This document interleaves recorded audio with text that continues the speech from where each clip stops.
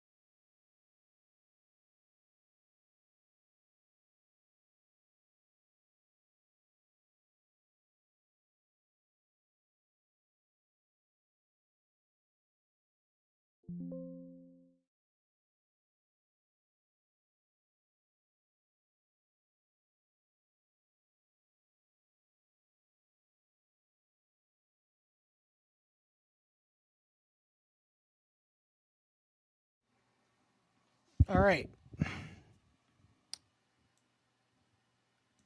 Let's see if this works the way I want it to.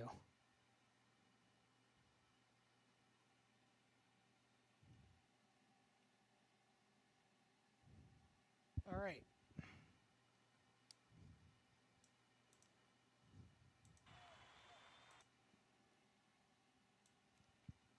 I'm just going to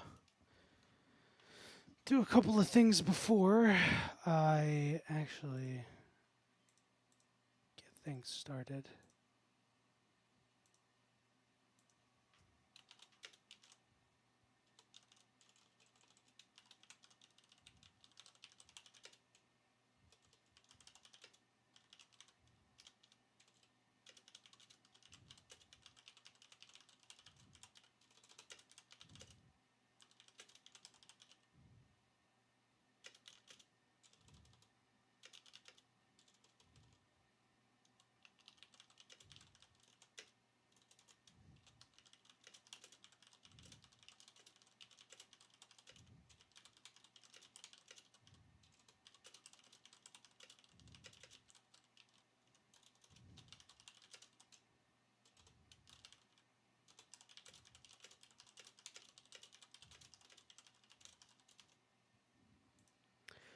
All right. Well, gonna get ready for the game to start in just a little bit, so just Just going to keep myself muted for a little bit. Sorry about that.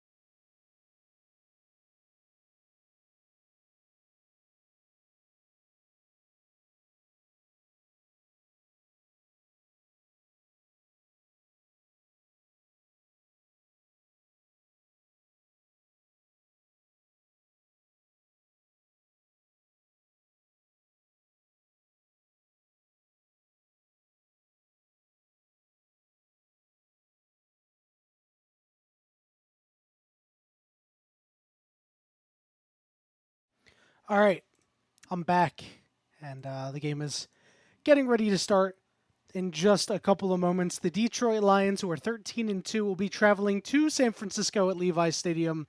San Francisco 49ers are 6-9. This game is a little strange because it means absolutely nothing to the 49ers, who are eliminated from playoff contention. And for the Lions, it also doesn't mean that much because the battle for the division is next week, not this week. So it's kind of strange. And going into the season, this was expected to be really a marquee matchup between these two teams. You know, the 49ers were expected to go ahead and light the world on fire, as they have been doing. They've been a fantastic team over the last couple of seasons, as much as I personally dislike them. The Lions have been as advertised. They've held up their end of the bargain. They have gone 13-2. They have put themselves in position to be the number one team coming out of the NFC. But the 49ers have dealt with turmoil all season. Injuries, player aggression, and players opting not to play have all caused this fall from grace. The 49ers, ravaged by injury. Javon Hargrave has been out since week 3. Brandon Ayuk, his season-ending ACL injury in week 7. CMC, of course, missed the first 8 games of the season, played 4 games, and then had that PCL injury that took them out. Jordan Mason, who was the team's bell cow back when CMC was out, is also done with the season with an ankle injury. Their starting guard, Aaron Banks, MCL injury, out for the year. Jalon Moore, one of their guards, out for the year. Trent Williams, out for the year. Linebacker Drake Greenlaw, out for the year. Like, this has been a rough sledding for the San Francisco 49ers. And despite all of that, Brock Purdy has been pretty decent. Everybody's saying, oh, Brock Purdy's regressed. He's not playing nearly as well. His completion percentage is down 4%. It's down to 65%. His turnover numbers are similar to last season. The touchdown numbers have taken a big hit. He had 31 last year. He's got 17 so far this year. But I think a lot of that has to do with the fact that he's missing all of these key members for the offense. It's just so difficult to be able to keep up a torrid offensive pace when you are missing all of these guys. We are ready for the opening kickoff here on Monday Night Football. San Francisco 49ers will be receiving the kick, taking it all the way up to about the 40-yard line is Deebo Samuel running coverage, running receiving on kick returns here tonight. And you can see Brock Purdy once again, 17 touchdowns, 10 interceptions. He's got 4 rushing touchdowns this season, but it has not been the greatest year for the 49ers as they line up at about what looks the 38-yard line. Purdy set with a single man in the backfield. Toss out to the right. It's going to be Deebo Samuel getting the first carry of the game. About 4 yards to make it second and 7, they call it, just a little short. And in terms of how good the teams have been, the 49ers, their offense has been decent enough. They're passing all of their 7th in passing, 11th in rushing. Their defense has been, a little so-so. Their rushing defense has been their soft spot. They're ranked 16th in the NFL. It's Purdy in the shotgun. To his left is Deebo Samuel once again. In motion goes Kittle. Purdy looking, reads over the middle of the field, and it is caught. And being taken down is Chris Conley in his 10th year. And a nice gain brings the 49ers into Lions territory. Meanwhile, the Lions on the other side, their passing defense, 28th in the league. For as good as the Lions have been, they have had an incredibly poor pass defense. 1st and 10 at the 45-yard line of Detroit. In motion goes Ricky Pearsall. Give up the middle. And rumbling forward is Deebo Samuel. Once again, he is the one who is getting the bulk of the carries early on.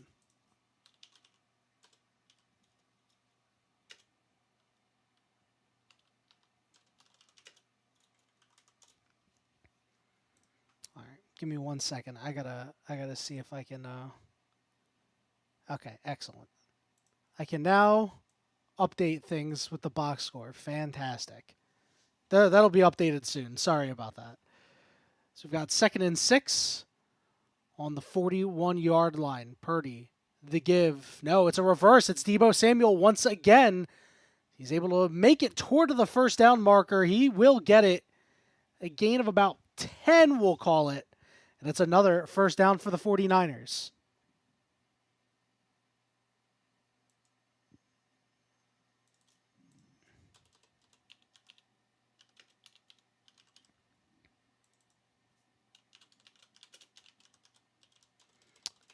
I underestimated how hard this was going to be to actually update this properly. Over the middle, and it is caught.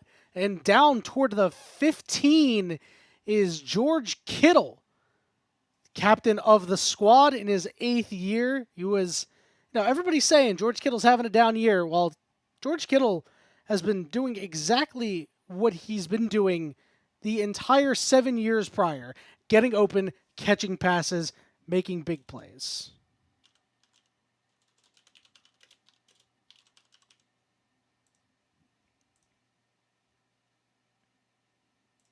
That one was good for 18. It's 1st and 10 on the 13-yard line.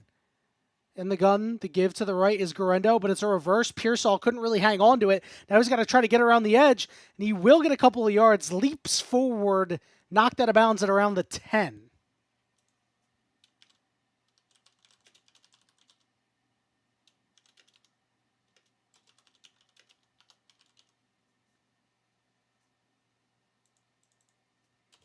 All right, I think I finally updated this properly.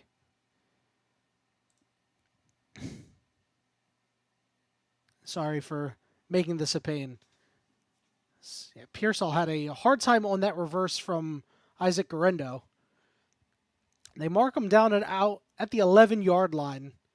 It'll be 2nd and 6. Play clock winding down. 2 seconds. 1 second. Got to get the snap off. Does. The toss goes to the left side. Trying to cut it up toward the first down marker is Guerrero. He's about a yard short. Looks like it'll be 3rd and 1.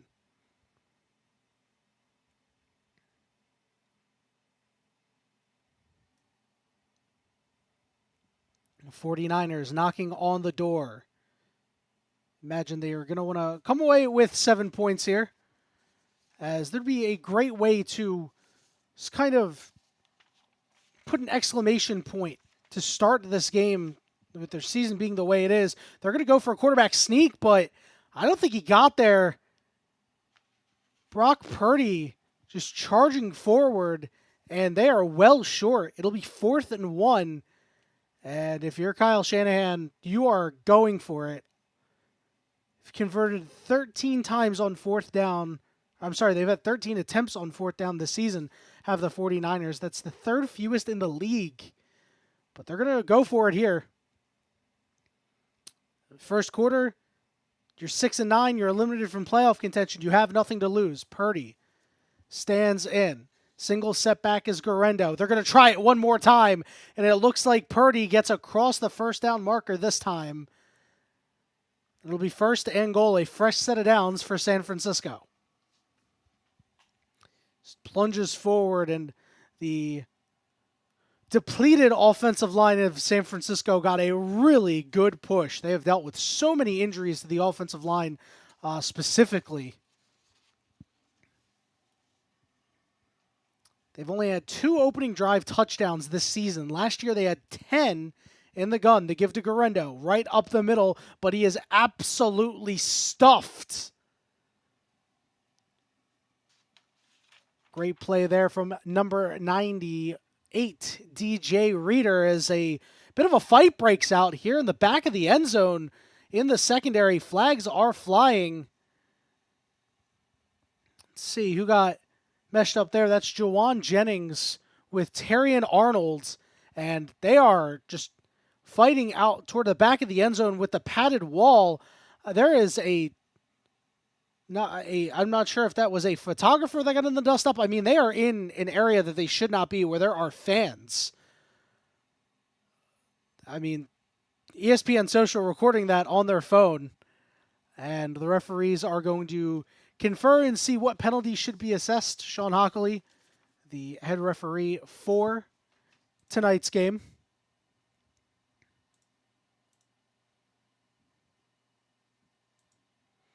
So we'll see what kind of penalty comes down. This will allow me a great time to update things. No, nothing needs to be updated. Deebo Samuel is still the leading rusher, and George Kittle is still the leading receiver. Fantastic.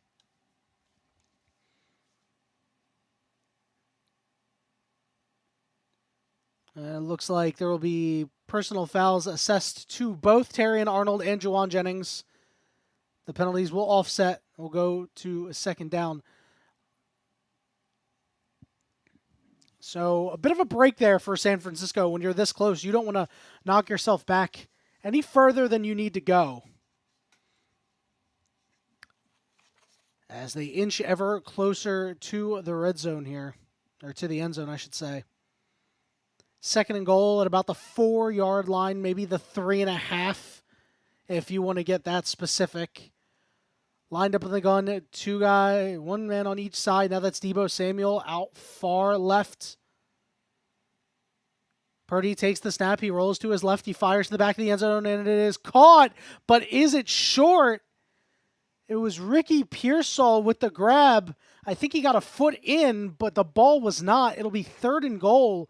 I think they're going to mark him down at the 1. Pearsall, I mean, he catches this ball in the end zone. His foot is on the white line, but the ball wasn't. But at the time he caught the ball, he was in the end zone. Curious to see if they're going to give that to him. It looks like a touchdown from here. Given the fact that I can't have sound on, I can't tell what ESPN's rules analyst is saying about this. But to me, from the angle that I'm getting, this appears to be a touchdown. And now the referees are going to talk it over.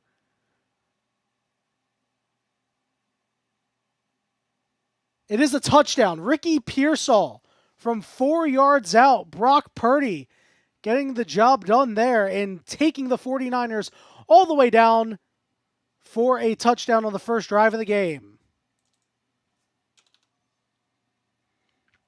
It was close, but they got it. They're going to give him just 3 yards on that reception, not the 4. But San Francisco strikes first. They lead 6-0. By all accounts, a great first drive. 11 plays, 61 yards, nearly 7 minutes. They looked like the San Francisco of old on that drive.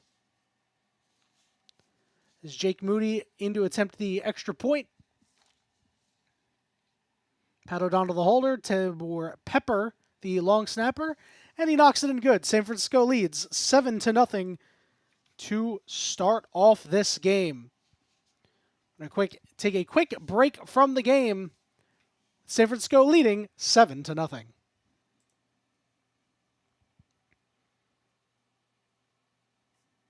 I want to appreciate everybody who is watching. I want to shout y'all out. Y'all are the GOATs. This is my first time trying something like this. I do play-by-play broadcasting for esports, mostly League of Legends, and decided the other day, what if I just tried this? I figured it would be a pretty fun time. So far I'm having a lot of fun with it. Although, I'm not going to lie, not having a space between the number of carries and the fact that there are carries is going to bother me to no end.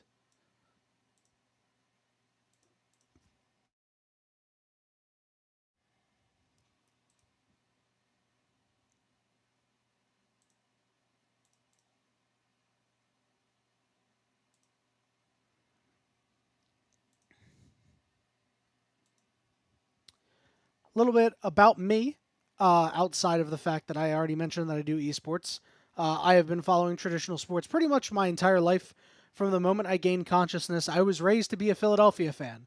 I'm a 4-for-4 Philadelphia fan, and am very happy about what the Eagles are putting together this season, and I'm quite excited about that. Yeah, outside of that, that's pretty much all you need to know about me. I'm a huge nerd. I like playing Magic the Gathering. I'm actually heading to Atlanta in a couple of days to go play some Magic the Gathering. So that'll be a very fun time. And let's see. Well, what else? I haven't. My life is pretty much just consumed by esports and traditional sports, and occasionally Magic the Gathering. It's not as much anymore. I used to be really, really big into it, but if I'm traveling out to Atlanta to go play from New Jersey, I guess I'm still pretty big into Magic the Gathering at that point. Well, we'll see how the Lions are going to respond. Remember, they have already clinched their playoff berth. Everything is all good in the Steel City. But there are some things they need to work out. I mean, if the 49ers with this depleted offense can go out and hang 7 on you immediately, it's going to be a problem. And, one thing that Detroit has had a problem with is, this front 4 has had a very difficult time actually getting through and making plays and getting sacks. And a lot of it has to do with they lost Aiden Hutchinson early in the year. That was a huge loss and something that the Lions really have not been able to come back from, as the kick from Moody is going to be returned by number 85, Tom Kennedy, and to about the 32-yard line. So Jared Goff and the Detroit Lions offense will take the field. Jared Goff has had maybe the best year of his career to date. He has been fantastic. He has been as advertised when you expected what you expected out of the number 1 pick when he was selected all those years ago. 71% completion percentage, over 4,000 yards. A couple more yards onto that one as Jamison Williams is going to catch this little flare for 3, maybe 4 yards.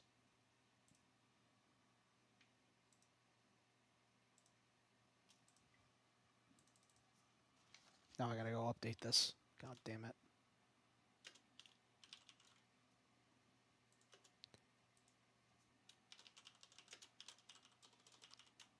This is going to be the most annoying thing. I really don't like this. I bit off a little bit more than I could chew. as Jamison Williams in motion slips a little bit as he goes in motion. The give goes right up the middle to Jahmyr Gibbs, the second-year running back out of Alabama, getting a bulk of the carries with Montgomery injured.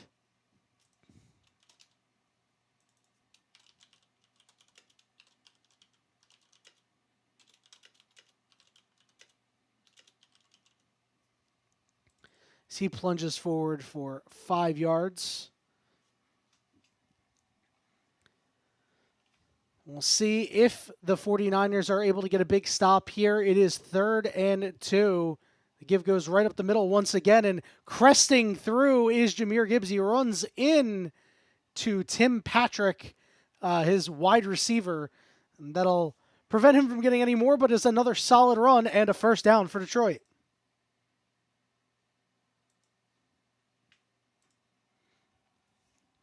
Oh man, I clearly missed something because I'm looking at the ESPN box score, and I know Jahmyr Gibbs did not get a third rush yet, and he's got a lot of yards. So without spoiling it, see, as the single back formation in motion is Brock Wright. Give goes to the left side, and there goes Jahmyr Gibbs breaking off that big run, taken down at the sideline around the 30-yard line for another Detroit first down.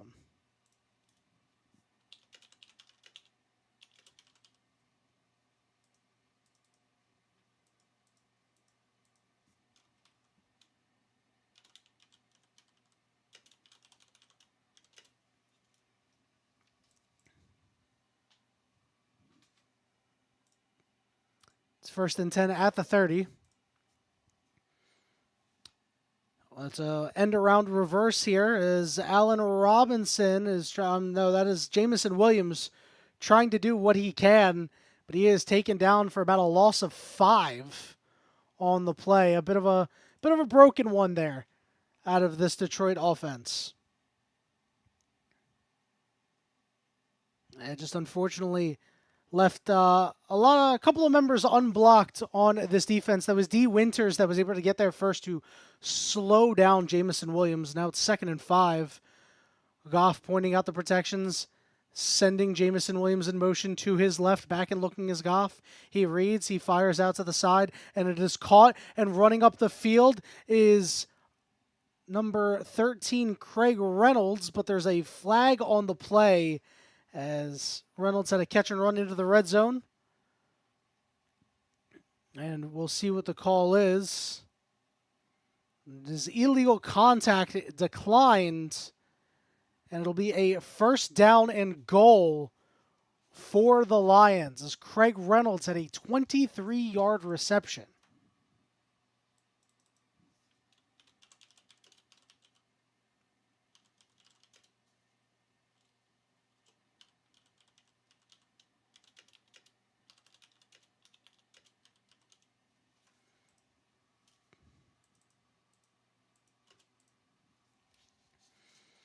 Both offenses appear to be clicking. The Lions on 10 straight drives inside the 10-yard line. They have scored a touchdown every single time. They're on the 9-yard line. It's 1st and goal. A couple of offensive linemen going in motion here. That's Dan Skipper and Christian Mahogany to the left side, and Allen Robinson shifting to the right. And they're going to just give it over to Jamar Jefferson, who is getting down to about the 2, maybe the 1. Jefferson getting his first carry of the game, the 4th-year player out of Oregon State. They brought, I think, 7 offensive linemen in here, and just a huge hole opened up there by Dan Skipper and Christian Mahogany. And that's a pretty smart play there by the Lions offense. Down to the 1 in the gun. Once again in the backfield is Jamar Jefferson. Now in motion is Amon-Ra St. Brown. The give goes to Jamar Jefferson once again, but he is swallowed up. A great tackle there by Fred Warner. One of the leaders of this San Francisco defense, making a big goal line stop. It's 3rd and goal. This is, no, I'm not going to lie. This is kind of difficult to do without a color caster. I'm not going to lie. This is something. This is a little hard. 3rd and goal. Single man in the backfield. It's Jahmyr Gibbs. In motion goes Jamison Williams. Now he cuts back. They're going to give it to Jamison Williams on the bubble, trying to get to the corner pylon, and he will skip his way into the end zone. That is a touchdown for the Lions. Jamison Williams, a 3-yard scamper.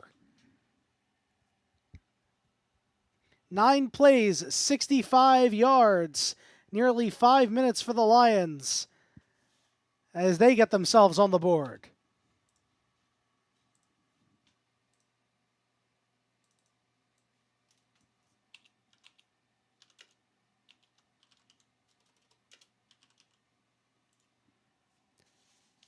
And to attempt the extra point is Jake Bates. Bates' kick is blocked! It's blocked, and it's going to be picked up by number 54, Fred Warner. He'll be taken down, but a big block there by big Jordan Elliott. He got all of his big mid on that one. Broke right through the middle.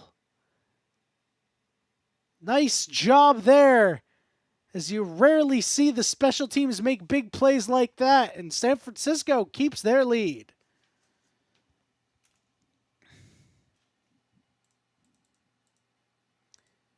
So we've gone to a commercial break. I will bemoan the fact that I have to fix my formatting because I can't decide what I want to do with it. Pretty sure everything I have here is at least correct for right now, so we'll come back to it when we need to.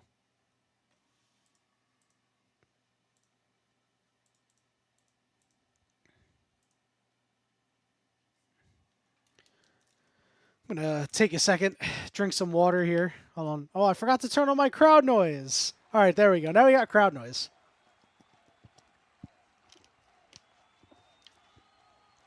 I guess crowd noise doesn't really make sense when we're on a commercial break.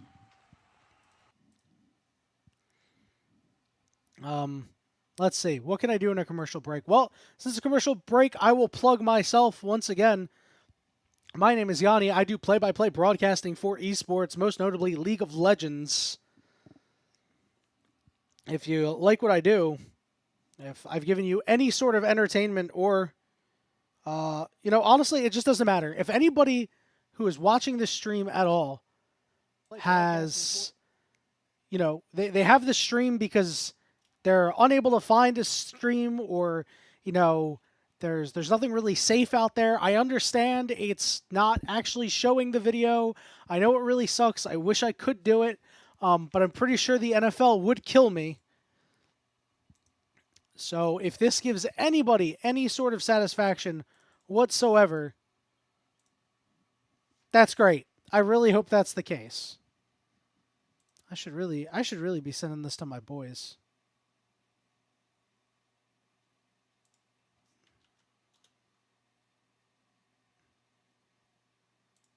Where's Shippy? I gotta send this to Shippy. Gotta get my whole squad in here.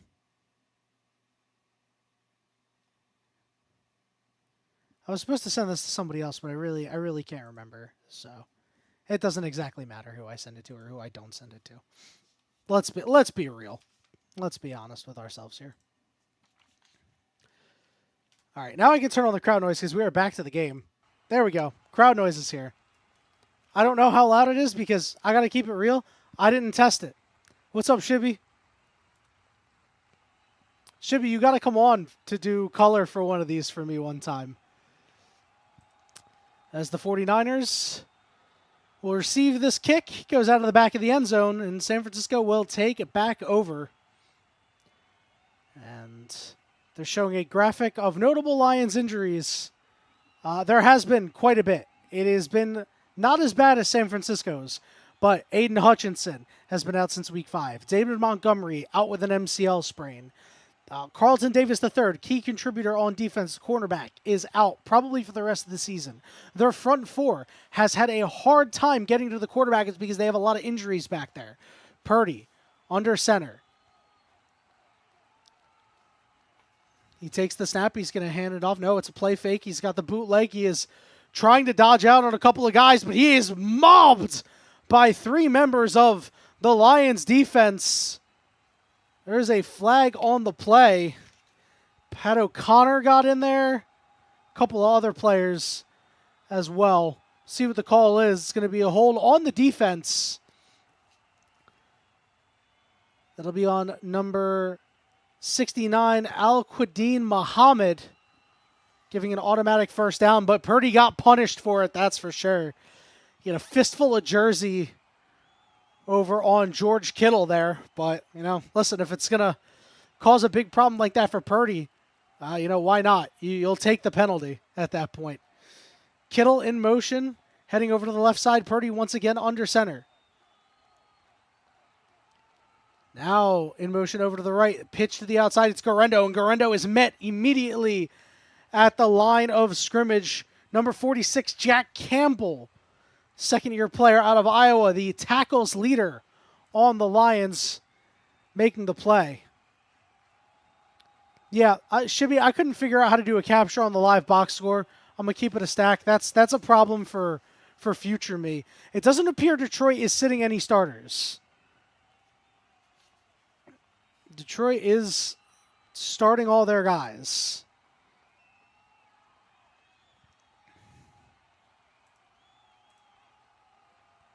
Purdy takes the snap, fires out to Garendo. Garendo breaks the tackle, starting to break away, and is taken down.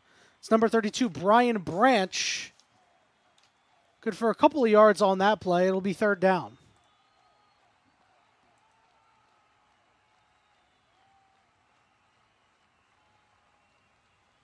I think my problem is ESPN's box score is too fast compared to the stream that I have. So I need to find a slower box score.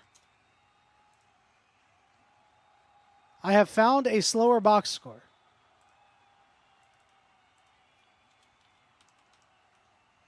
Third and 4, Purdy looking. He's going to fire it deep to a open receiver.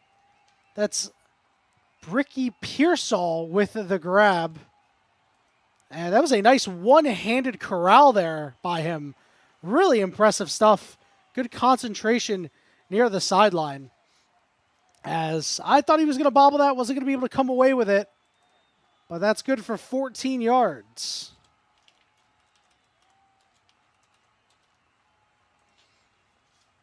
And I bet that's why Shibby had him on his fantasy team for a couple of games this year. I know Shibby's a big fan. Give up the middle. Isaac Garendo breaking away into the second layer of the defense. He's got 11 yards, his first big run of the day. I believe that makes him the leading rusher for... I think that might make him the leading rusher for the 49ers at this point. Actually, I think he's tied with Deebo Samuel still, so...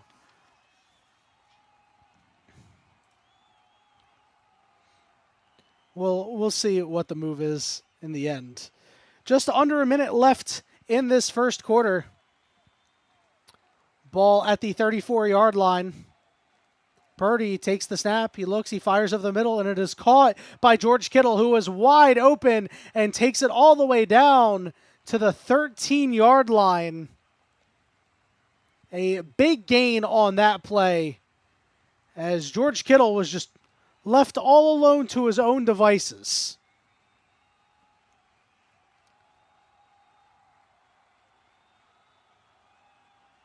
On the 14-yard line now. Purdy with two men in the backfield. Deebo Samuel to his left. To his right is Kyle Juszczyk. And it looks like there was a flag on the play. They're going to have a bit of a jump ball as play continued. Whistles were blown. Not everybody was on the same page there.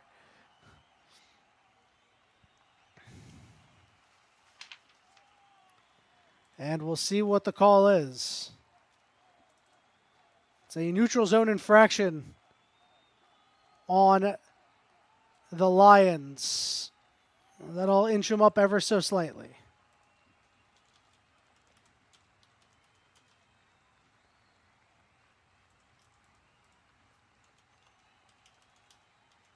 I really need this box score thing up. One day I'll get it. No, this is not real crowd noise. I literally went to a YouTube video and was like, crowd noise. And this is what I got. We're going to round the end of the first quarter here. So I believe there's... I hate these runoff rules. I'm going to keep it a stack. I really dislike these runoff rules because it just doesn't make any sense. But that'll do it for the first quarter of play. San Francisco leads 7-6. This is a 1-hour crowd noise playlist. We can stop the crowd noise because we're currently not in the game. I must say, this is a little bit harder than I thought it was, especially the fact that I have to balance out grabbing stats and everything like that. I can hardly, like, keep up with what's happening on the field. Maybe I'm just too concerned. I think I'm just too concerned about updating the little shitty box score that I have here. So maybe that's my mistake.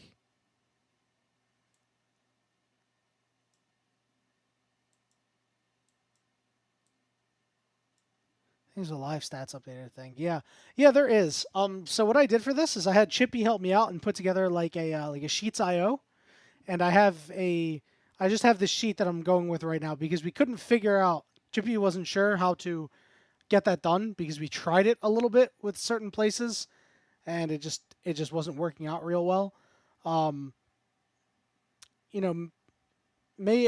figure it out. I gotta figure it out how to actually make it work. Maybe I'll ask Urinating Tree because Urinating Tree's the goat. And if he doesn't answer me, I'll just call him a dirty Yinzer, to be honest. As speaking of dirty Yinzers, hi Ashley, how are you? Oh wait, we're back. Crowd noise goes back on. We're so back, baby. Just showing off the Saturday slate of games: Browns and Ravens at 4:15, and Bengals Steelers at 8 p.m. Eastern. I don't know if I want to throw a face cam.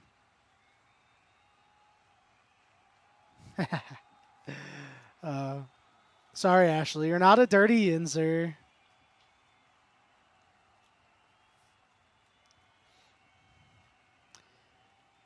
Listen, through my job, I had to deal with Yinzers. So let me use it, all right? Let me use the word Yinzer, all right? It's not like it's a slur or anything like that. At least I hope not, you know. It'll be 1st and 5 on the 9-yard line. Juszczyk in the backfield along with Garendo. The I formation. Play action. Purdy to Juszczyk. Juszczyk trying to get into the end zone. Breaks a tackle. Stumbles in for the score. Kyle Juszczyk, who during my research everybody thinks for some reason is washed, gets into the end zone for the score. 9 yards out. He stumbles. Does he stay up? His knee is up. His hip hits the ground, but the ball crossed the plane. Juszczyk is in. And San Francisco goes up 13-6.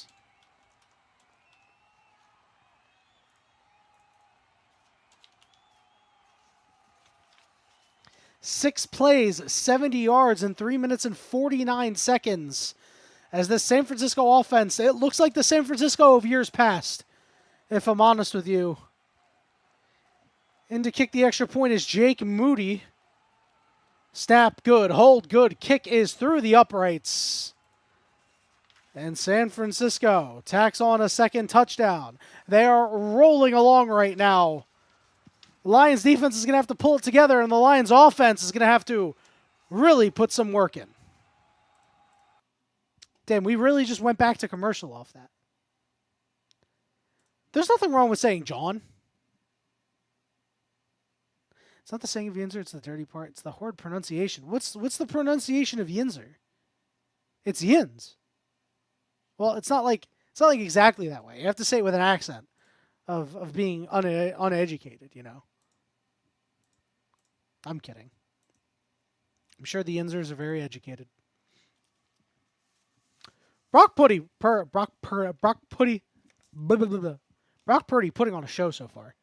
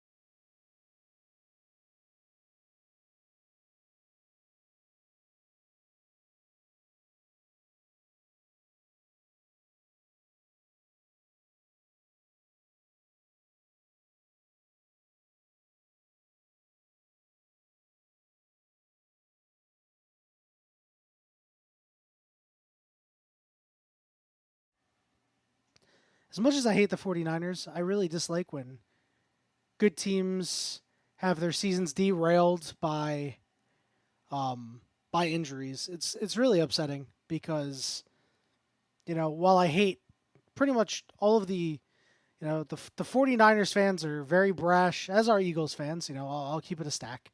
Um, it just sucks because they had to sit through this mediocre season, and it's not because their team's bad. It's because their team just got hurt. They had so many injuries and couldn't overcome it. That's this.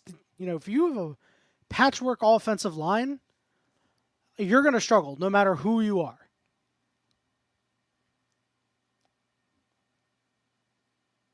Why can't San Francisco make that excuse?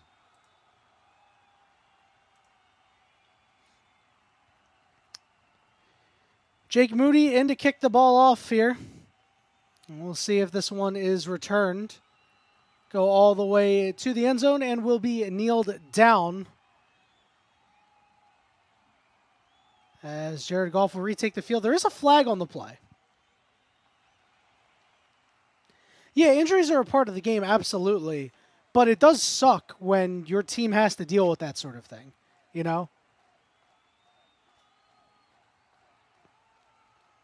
Brandon Ayuk has a torn ACL.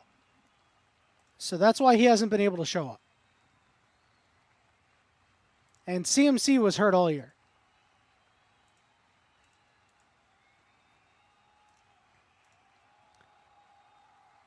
So, yeah, Detroit's had a lot of depth injuries. The 49ers had a lot of starter injuries. One man in the backfield, that's Jahmyr Gibbs. Play action in a little outlet pass that is caught by Sam Laporta for just a couple of yards, maybe 2. They'll only give him 1, and that'll be 2nd and 9.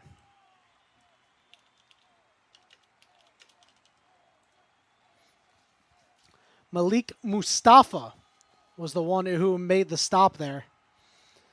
2nd and 9, shotgun, 3 receivers left. Jahmyr Gibbs to the right of Goff, going from right to left. The give is to Jahmyr Gibbs right up the middle. He picks up about 5 yards. And that'll make it 3rd down. They give him 6 yards on that play. So it'll be 3rd down and 4. I'm not going to lie. They really gave him 5 yards, but he's got 38 yards rushing, apparently, according to this box score. So this is why we have stat corrections, everybody. In motion goes Jahmyr Gibbs on the right side. Goff looking. He fires over the middle into traffic, and it is caught by Sam Laporta, the ever-reliable one, for a 1st down here for Detroit. It'll be a 6-yard reception as Jared Goff starting the game nicely, 4 for 4 for 36 yards.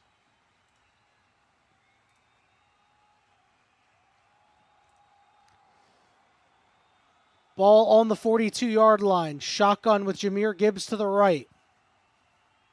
Goff waiting, takes the snap. A short toss out to Gibbs. Gibbs cutting up the middle. And taking it about 7 yards there. It'll be 2nd and 3.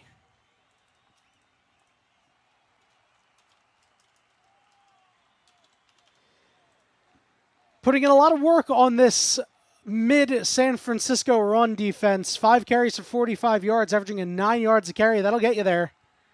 Jahmyr Gibbs putting in work. 2nd and 3. Ball on the 45-yard line. Need to get to the 48 for a 1st down. It's going to be Gibbs. Gibbs to the 50.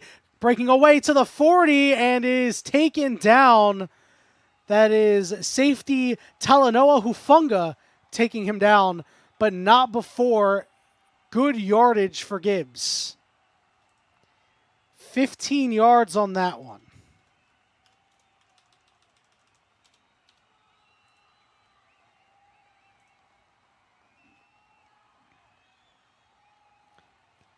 Yeah, their defense has no excuse, really. Their defense is just mid. That's the problem with San Francisco. I mean, their front four has been pretty bad. Shotgun. Goff takes the snap. He looks, he steps up in the pocket, and he'll fire to Sam Laporta, middle of the field. Laporta takes a shot, but he picks up about 7. There's a flag on the play.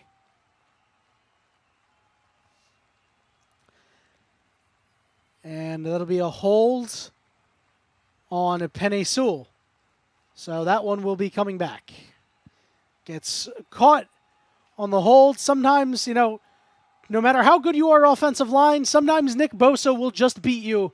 That's exactly what happened there. Sam Laporta took a shot to the head on that play from number 53, D. Winters. No penalty there. It is clear helmet-to-helmet contact. He led with the crown right into the jaw. And Laporta's still in the game. He goes in motion. 2 receivers right, 2 receivers left. Goff takes the snap. He looks. He's out to the right. He steps up in the pocket, trying to get away. He spins, and he's swallowed up by Nick Bosa. Nick Bosa, sack number 8 on the year for him. I think 8.5 maybe. And there appears to be an injury on San Francisco. That's number 53, D. Winters, holding his knee. A 14-yard loss. And it's 2nd and 24. Bosa having a conversation with the refs as we'll cut away for an injury timeout. Where's the I need the sad injury music. Where's the sad injury music? Da-da-dun, da-da-dun, da-da-dun, dun, dun. You know what I'm talking about.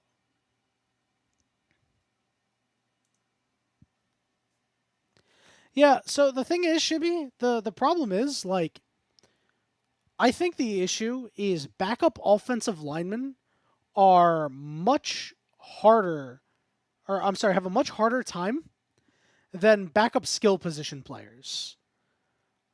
Because you can scheme a backup skill position player open, but you can't, it's hard to scheme a backup offensive lineman into a block.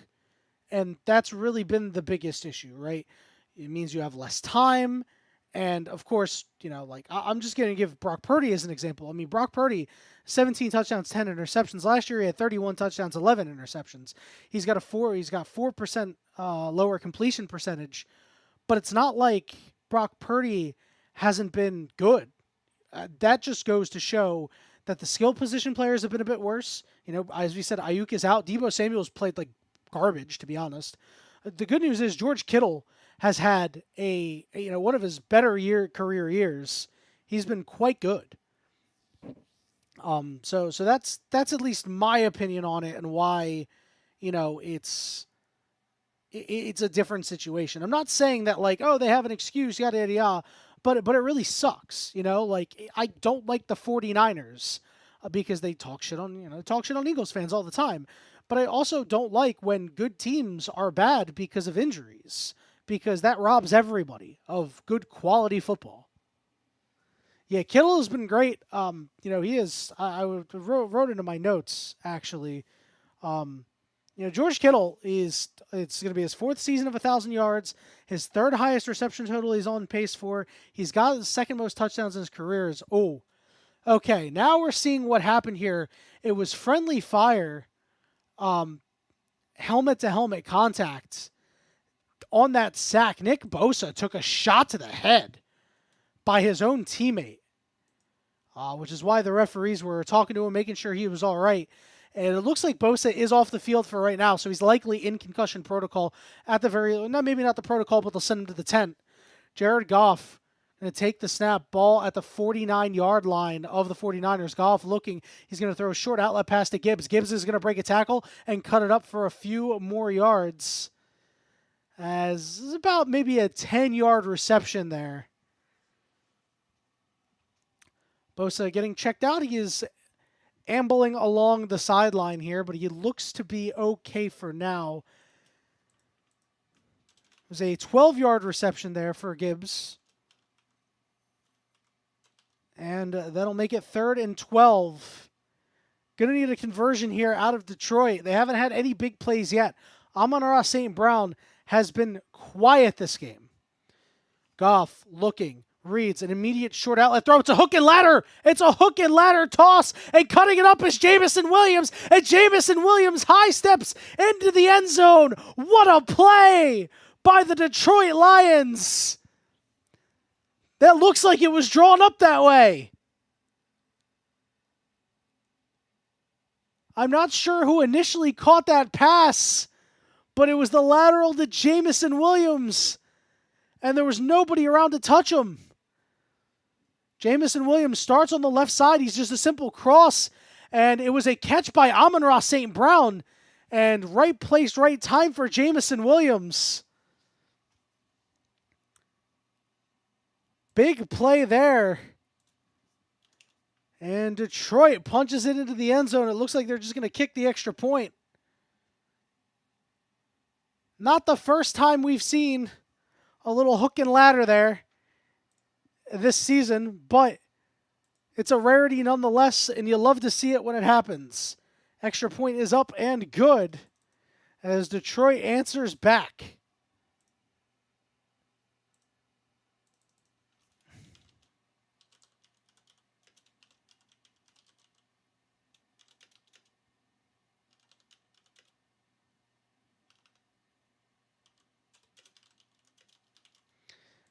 It was a 44-yard reception for Jamison Williams.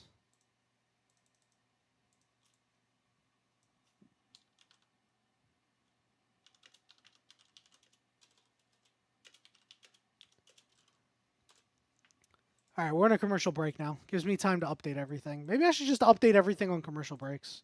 I have no idea. I had this crowd sound off that entire time. I'm really bad at this.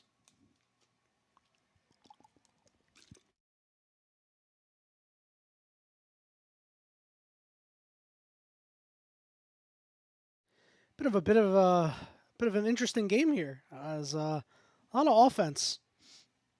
Detroit is just getting carved up through the air, though. Like, it's bad.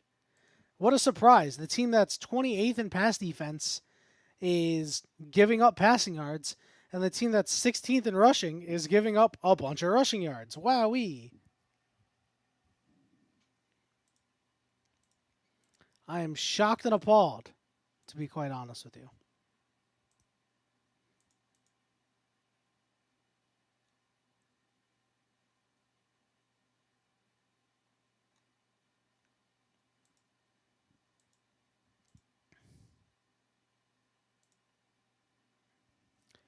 For those who may be tuning in, might not be saying anything, hello, my name is Yanni. I cast esports, primarily League of Legends, and I love traditional sports, football being one of my favorites. Go Birds. I did lose to Chatter Shibby in the third place match for fantasy football. I was not required to say that, but I figured it was pretty interesting to note. Now, as we head back to the broadcast, there's a nice little collection of Lions trick plays that they've done throughout the season. You know, the hook and ladder being one of them that we just talked about a couple moments ago. As this one is just, it was just perfect. The way they drew it up was fantastic. It catches people off guard. Something that teams are going to have to watch out for in the playoffs. If the situation calls for it, the Lions will put it on. You know, their coach, Dan Campbell, their fearless leader, not afraid to mix it up and get a little risky. As that's, I think, Jack Fox who's handling the kickoffs. That'll go all to the end zone here. And the 49ers will take over. It's about 10 minutes left here in the second quarter. And we'll see if Brock Purdy continues his successful ways through the air. Interesting to note that both quarterbacks have been perfect so far. A little bit surprising for the Lions, given the fact that the 49ers have the third best passing defense. Here's a 1st and 10 throw for about 10 yards there. Brock Purdy completes that one to, I believe that was Jawan Jennings.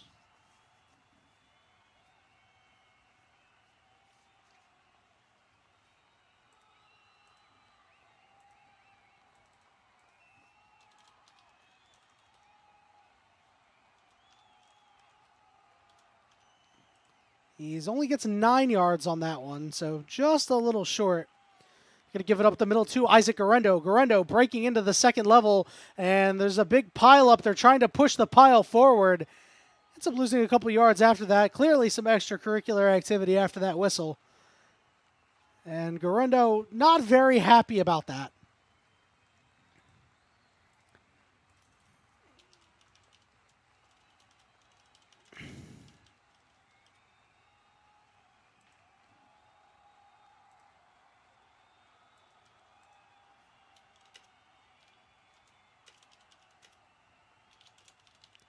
Another 1st and 10. This will be a give toward the right side here, and swallowed up is Garendo, getting about a yard.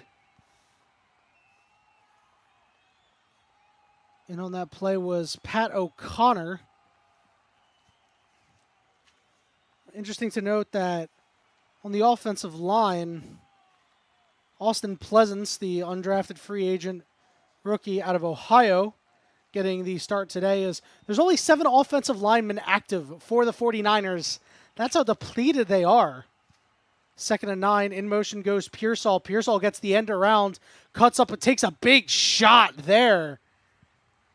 Great tackle coming out from Ifeatu Melifonwu, the strong safety out of Syracuse. Big hit. Lays the boom on him.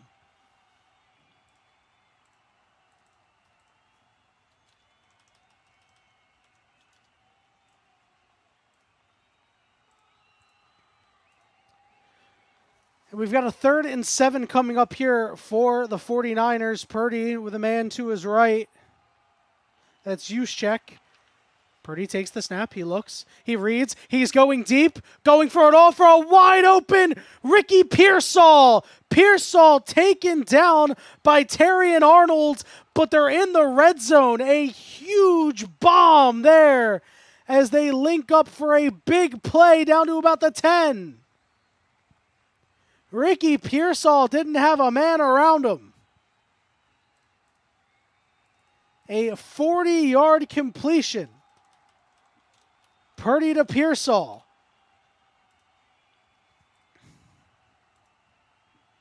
Now it's 1st and goal on the 9. Juszczyk in motion. He's going to head back into the backfield. Garendo is there as well. In motion goes Debo. It's a fake, but it's a pitch out.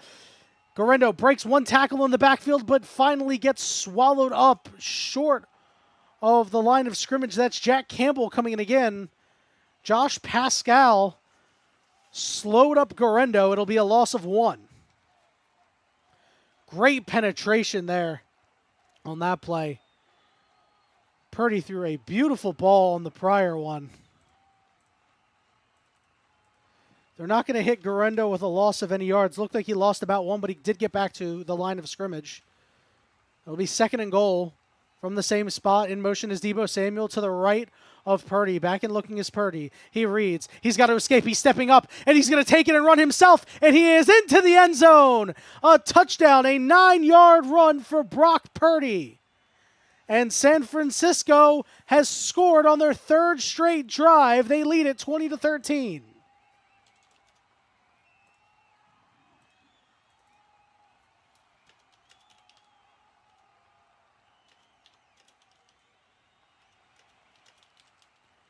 All right, let me see if I can add this and if it looks fine on OBS here.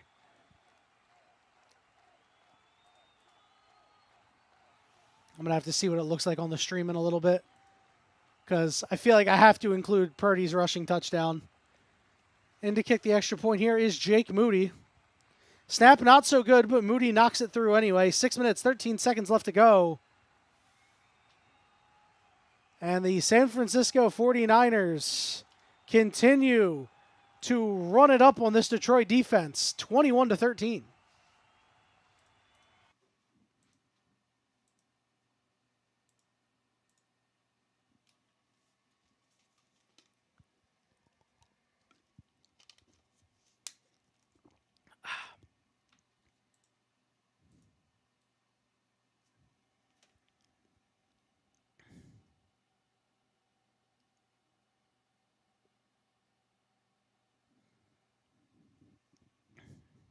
Got to rest the voice a little bit, you know.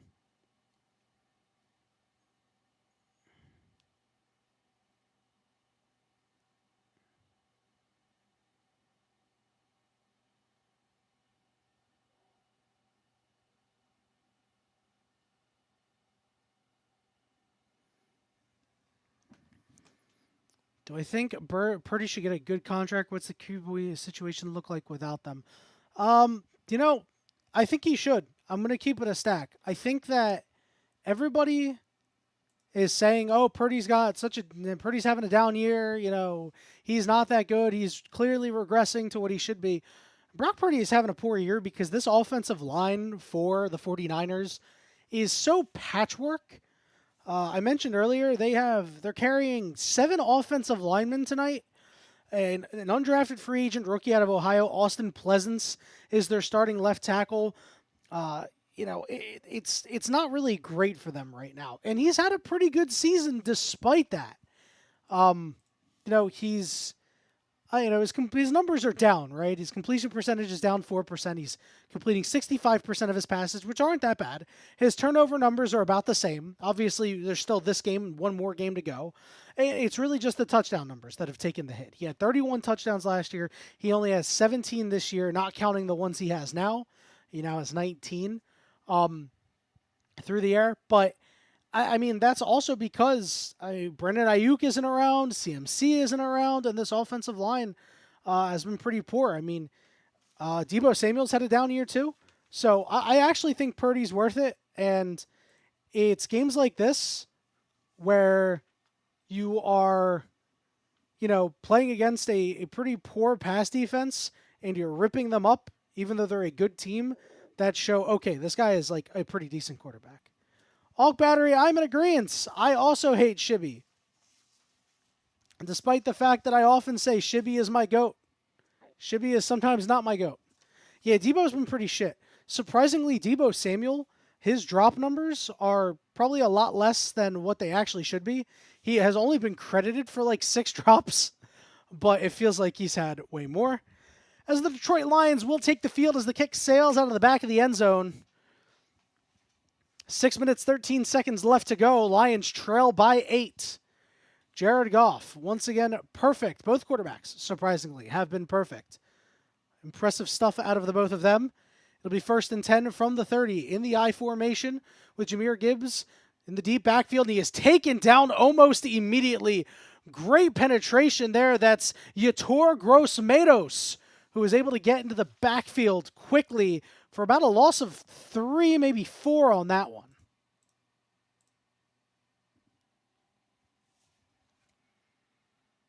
They got there quickly. It was not only him, but Nick Bosa was there. They're going to give him a loss of 2 on that one. And Sam Laporta going all the way out to the far left side of the field. Goff is going to take the snap. The pressure's on once again, but Goff is able to thread the needle. And here goes Jahmyr Gibbs into the middle of the field, trying to get to the 50. He's shoved out at about the 46-yard line. A really nice play there, a gain of about 18 yards as Jared Goff throws another dart.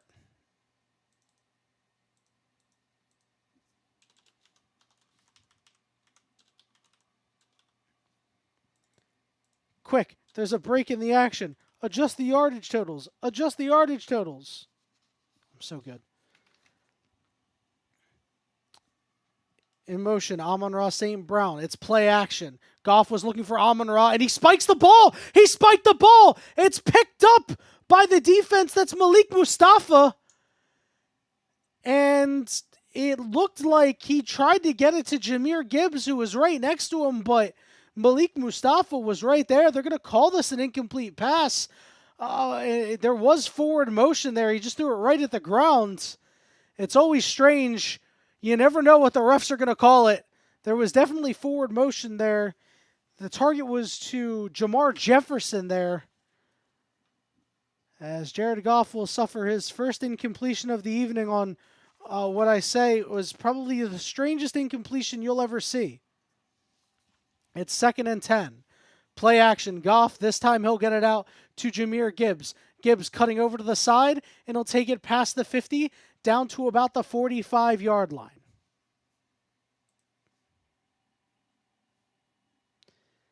It'll be 3rd and 3.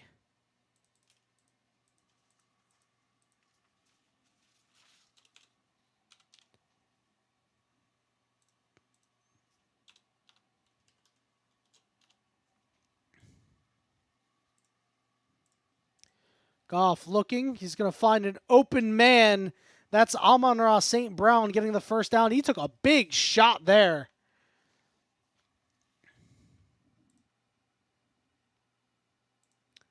And the Detroit Lions will keep it pushing.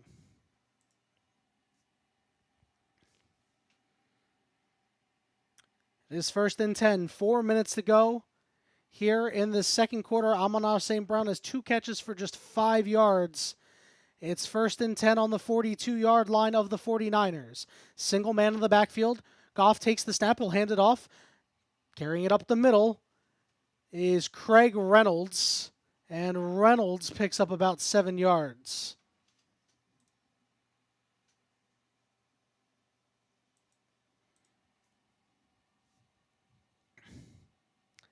They'll take him down to about the 35-yard line. They'll give him 8 yards on that one. It'll be 2nd and 2 for Detroit.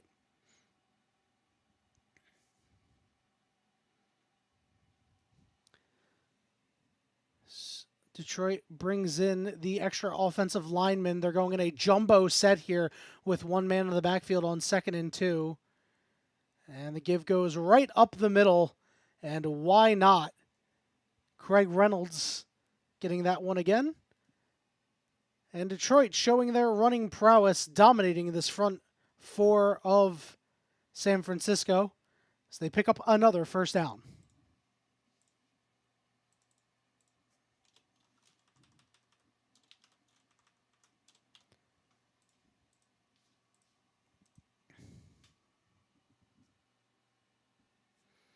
It is 1st and 10 on the 29-yard line.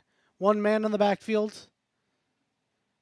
Goff adjusting the play at the line. 3 men to his left. He's looking. He's locked in on Amon-Ra. And Amon-Ra makes the grab. And he is taken down at the 15-yard line. A gain of 14 yards as the Lions are in the red zone.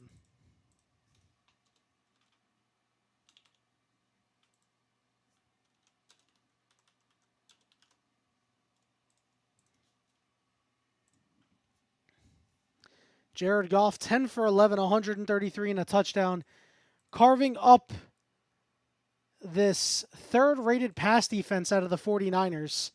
As we tick down to the 2-minute warning, the Lions are threatening, but the 49ers lead 21-13.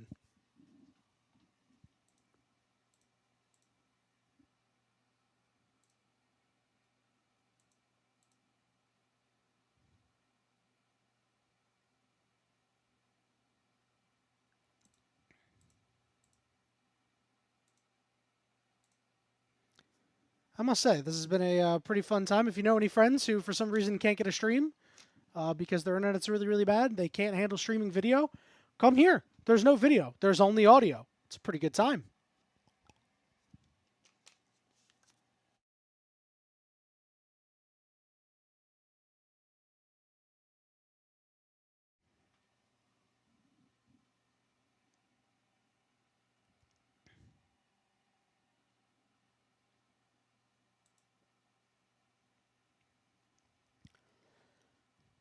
We'll check on all the player stats while we have a chance. Give me 1 second to try and source them properly. Let's see. Craig Reynolds, 2 rushes, 13 yards. Jamar Jefferson, 2 rushes, 6 yards. Jahmyr Gibbs is tied for the most receptions right now. He's got 3 catches for 37 yards. Amon-Ra St. Brown, 3 catches, 19 yards, clocking in at a nice 4.9 fantasy points if you're in a PPR league. Nothing too interesting on the other side. No sacks recorded yet for the side of the Lions. Meanwhile, the 49ers, Isaac Orendo's got 7 for 26. Deebo Samuel, 3 rushes, 16 yards. Brock Purdy's got 3 carries for 12 yards. I should probably update that. I didn't know he ran I forgot he had those quarterback sneaks. So my bad for not updating that. Ricky Pearsall has 3 catches for 57 yards. He is now the leader.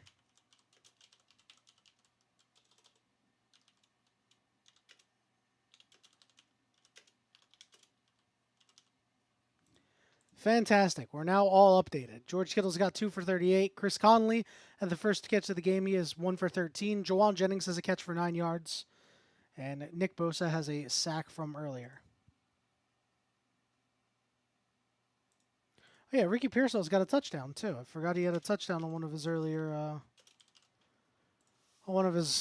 receptions. Nice. All right, we're all up to date now.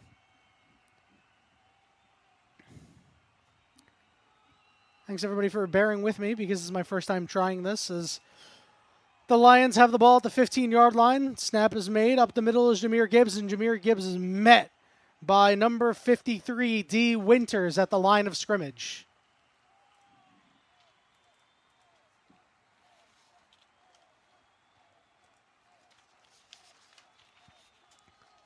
It's just a nice hole there. D. Winters keeping his feet moving, waiting for the offensive linemen to go their way and take on their blocking assignments, and had a straight shot to Gibbs. There's a fake toss and a little pass out to Amon-Ra, who takes another big hit. He gets down to about the 10-yard line.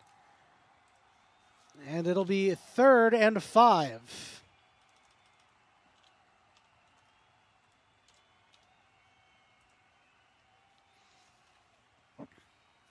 As the 49ers will take their first time out. They want to get the ball back. See what head coach Dan Campbell draws up here for the Lions. So you get a first down there. You get to burn San Francisco's timeouts. Try to make sure you're the last one with the ball. The Lions will be receiving the ball at halftime.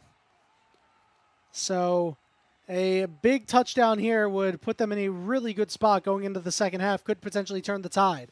3rd and 5. Gibbs is up the middle. It's Gibbs. Gibbs is taken down. A combination of Renardo Green and D. Winters. He only gets about 2, maybe 3 yards on that rush. And it'll be 4th down. Now the question is, will they go for it? The Lions have been known to go for it, so I would be surprised if they didn't. San Francisco burns their second time out, so the Lions do have time to talk it over, figure out what they want to do here. Keep in mind that this game is mostly meaningless for the Lions, as with a win next week, they will secure the number 1 seed anyway.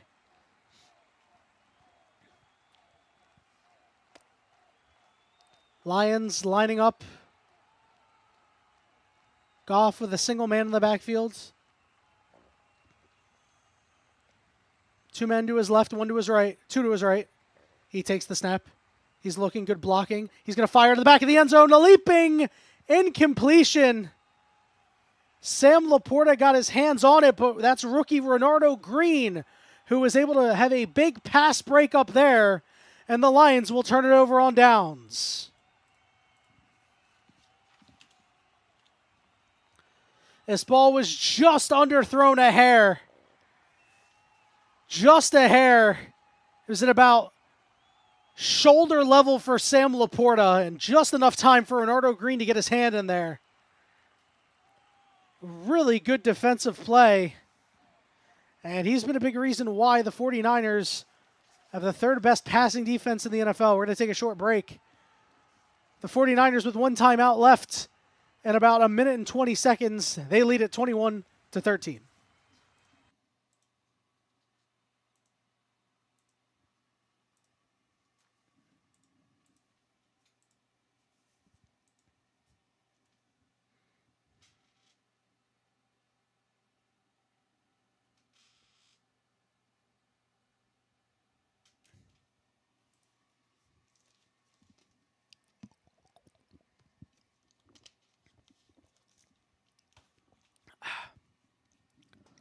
I'm running out of water. I got to get some water soon. Damn. Had 205 people view this stream at one point or another. Whether you stuck around for a long time or not that long at all, that's okay. I appreciate every single one of you. Y'all are the goats. I hope that some of you are real people, given the fact that I know everybody in the chat, at least my friends are here. But, you know, with the dead internet theory and everything, you can't be too sure. Maybe some of my friends have been taken over by bots. I certainly hope my friends have not been taken over by bots, but, you know.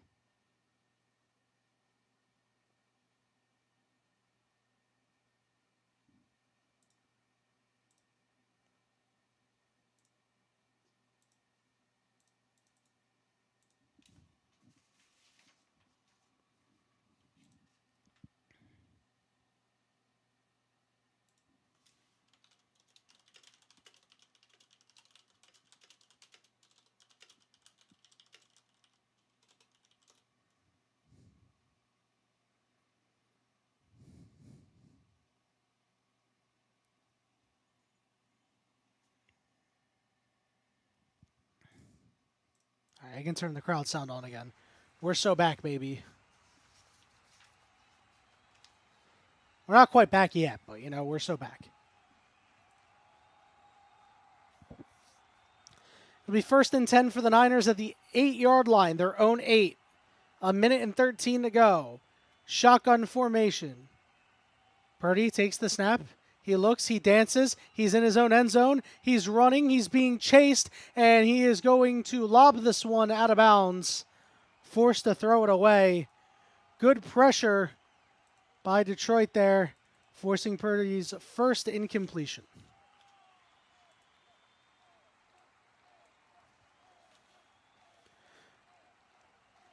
I believe that was Trevor Nowowski on the pressure. I could be wrong. I don't have anybody in my ear telling me. I am just raw dogging it. 2nd and 10. In motion, Deebo Samuel. He heads to the right side of the field. No receivers on the left side of the field. Purdy once again has to step up in traffic, lobs this one up, and it is caught down the sideline. Isaac Guerrero makes a huge catch, getting the 49ers out of their own territory, getting them down to almost the 50-yard line. A big completion there of 48 yards. Purdy, 38. Purdy takes the snap. He's got to dance out of traffic. He's going to find Guerrero once again, who's going to pick up about 9 more yards. The empty set wheel route is the deadliest.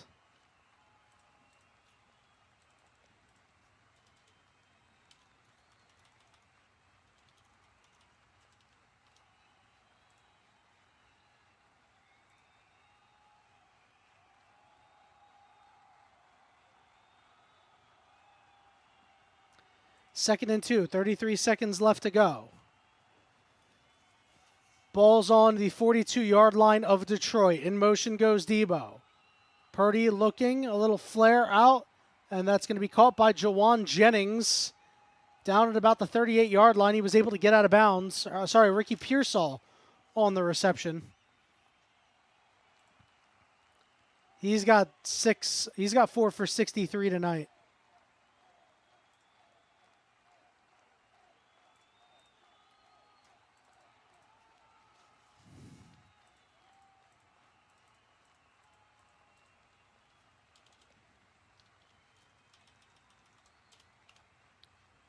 It's 1st and 10 on the 38-yard line. Purdy with one man in the backfield. He takes the snap. He looks to his right. He fires on a little out route.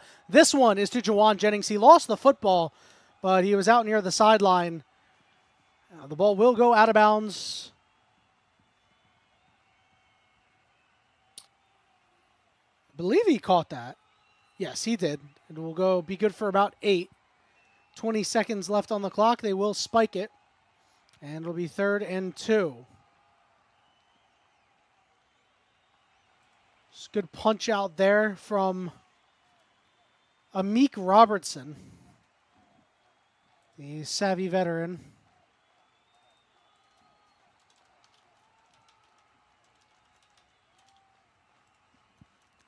Third and 2, 20 seconds to go. Well within field goal range here. Looking to maybe get the first down and take a shot at the end zone. In motion goes Jacob Cowing to the left side. Purdy with pressure in his face finds over the middle, and it is caught by Kittle. Kittle is running up, trying to break for the end zone. He gets taken down at about the 7-yard line. There's a flag on the play. 11 seconds left on the clock. Let's see what the call is. It looks like they're going to get caught for holding on San Francisco. No, it'll be an offensive pass interference call on Jacob Cowing. And that's what sprung Kittle open.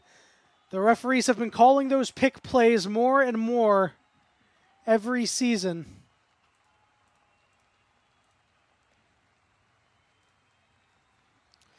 So that big play from George Kittle will be erased.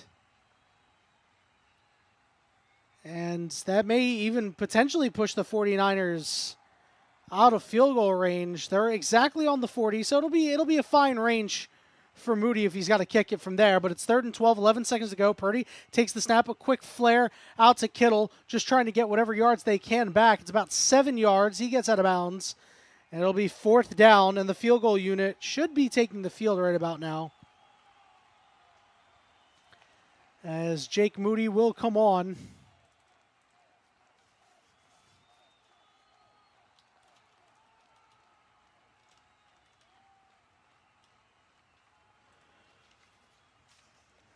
His longest of the season, 53 yards. He's 23 of 30 on the year. This will be a 51-yard attempt. On the right hash from his side, the kick is up, and this one goes wide right. So the Detroit Lions hold a 2-minute onslaught of the 49ers. The 49ers fail to come away with any points. And with 2 seconds left in the second quarter, San Francisco still only has 21.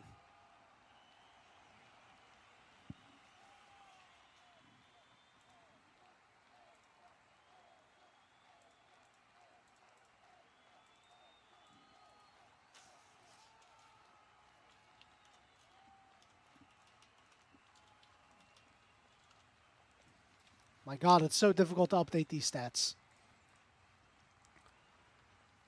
Well, the Lions take the field, and they will just knee it down. And we will go into halftime with the score San Francisco 21, Detroit 13. Detroit will be getting the ball first to kick off the second half.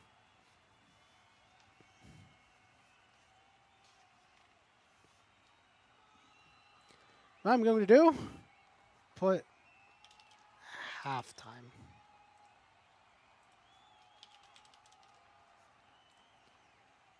All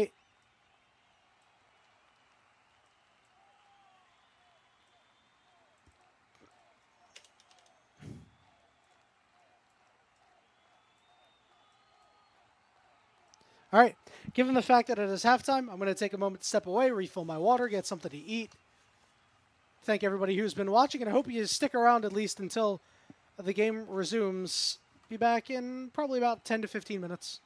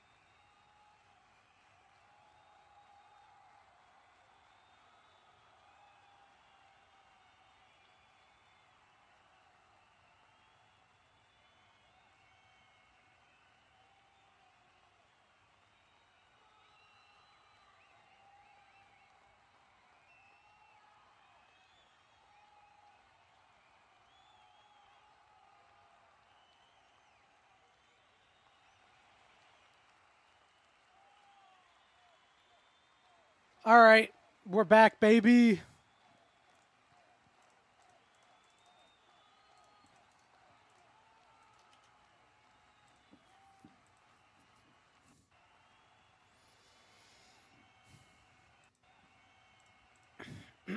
All right.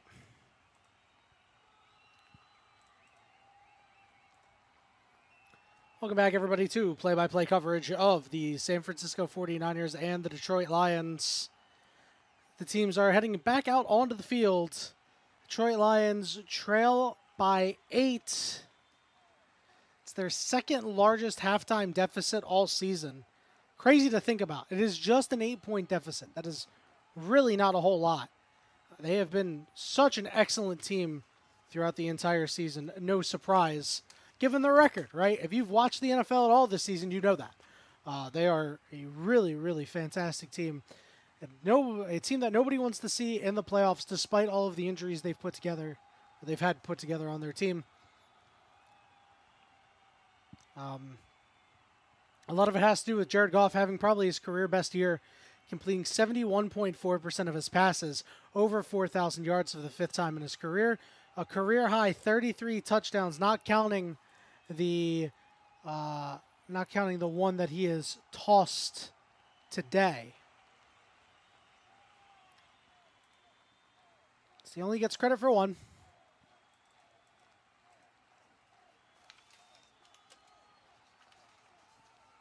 All right, and the second half kickoff is away. That's Jake Moody, and it will be returned here by Tom Kennedy. Kennedy crossing the 30 to about the 34, maybe the 33-yard line, so give him 3 extra yards on that play. And the Lions will go back at it after failing to get into the end zone on their last time out.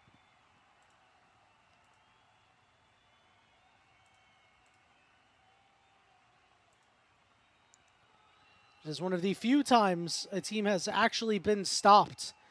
No punts so far in tonight's game. Single setback, that's Jahmyr Gibbs. Play action fake. Goff to his left throws in a tight window there for Amon-Ra St. Brown. And it is caught for about 14 yards. And Amon-Ra is hobbling on his way back to the huddle. 1 foot. Does he get the second foot down? He does get the second foot down in bounds. They give him 13 yards on that one. But he is definitely a little hurt.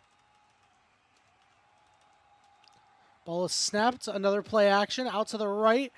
And there's another catch for Amon-Ra St. Brown. He gets stuffed, stays upright, and shoved out of bounds for about 5 more yards, maybe 6.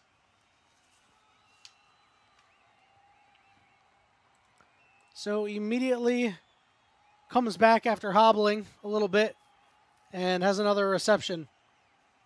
It looked pretty bad. He is still not looking like he's 100% right now, but definitely well enough to play. He goes in motion here to the left side. This time it's a give to Jahmyr Gibbs. He tries to bounce it out, but Nick Bosa gets off Penei Sewell, and a single-arm tackle wraps him up. It'll be 3rd down and 5. And the live coverage keeps zooming in on Amon-Ra. Still grimacing. 6 catches for 43 yards here tonight. 3rd and 5. Detroit definitely is a first down here. Do not want to squander the opportunity of getting the ball first here in the second half. Goff takes the snap. He looks. The pressure's on. He fires over the middle of the field, complete. Nice completion over the middle of the field. That is to Jameson Williams. Jameson Williams, just his second catch after that hook and ladder, finally getting involved once again.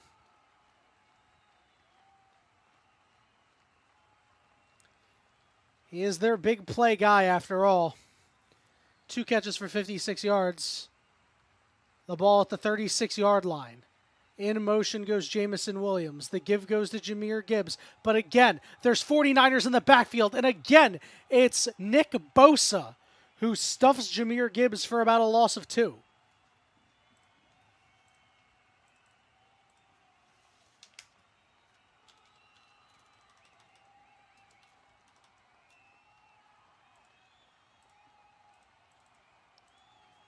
Jahmyr Gibbs, who started off so hot, he was 5 carries for 45 yards. Since then has just 6 for 13.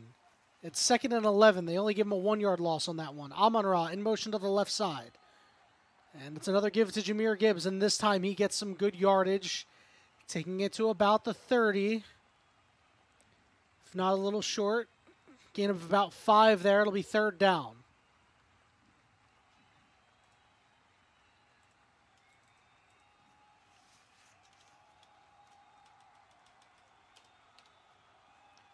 It's 3rd and 5. Amon-Ra and Jamison Williams stacked up over on the right side in the slot.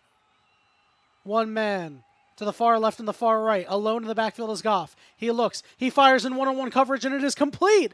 That is a catch by Allen Robinson, taking Detroit down to about the 10-yard line. The 11-year veteran getting the better of Isaac Yiadom over on the left side. And when you stack all the big names on one side, that's going to let a receiver feast on the other. Good play design here from Detroit as they are driving. It's 1st and goal. They are exactly on the 10-yard line. Laporta in motion. Play action fake to the end zone, looking for Amon-Ra, but he can't link up, just a little too far.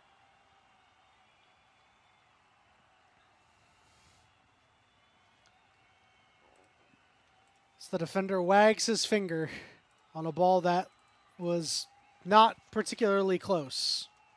I love when they do that. It is literally the funniest thing in the world. 2nd and goal from the 10. Jahmyr Gibbs to the left of Goff. 2 men on the right side in the slot. Goff takes the snap, and he gives it right up the middle to Jahmyr Gibbs. And once again, Gibbs is met by many 49ers. He will push forward for a couple of yards as Isaac Yiadom wasn't able to bring him down immediately. Will make it a 3rd and goal. Looks like it was about a 4-yard gain there.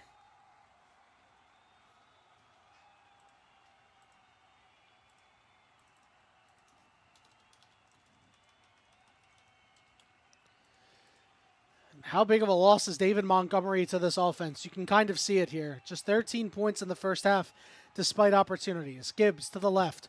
On the right side, Amon-Ra is in the slot. Goff takes the snap on 3rd and goal. He fires toward the middle of the field. It is caught. It is a touchdown. Sam Laporta is able to get in from 6 yards out, and the Lions will go for 2.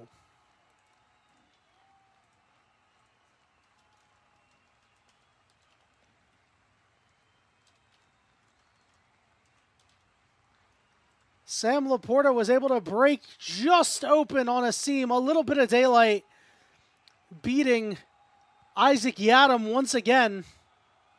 He gets beat. Now going for 2 here. In motion, Sam Laporta to the right side. They've got 3 on the right side in the slot. And Jahmyr Gibbs in motion to the left. Goff looks, the pressure's on. He's got to get rid of it, and he finds a wide open Tim Patrick for the 2-point conversion, and the Lions have tied it.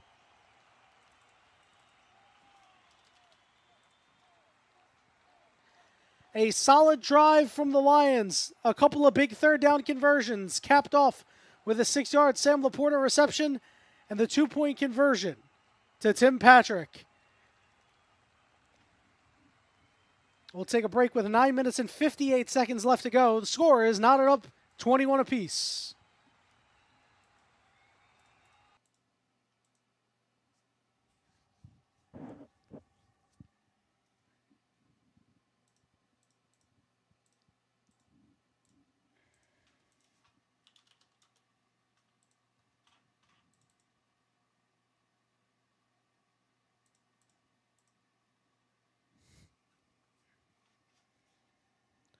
I'm gonna go plug my stream to my friends on Facebook. Feels like the best place to do that, even though nobody really uses Facebook anymore. I still have people that use Facebook, which is pretty horrific if you ask me. But, you know, it is what it is. The fuck is Western Spiritual shitposting? I don't know what that is.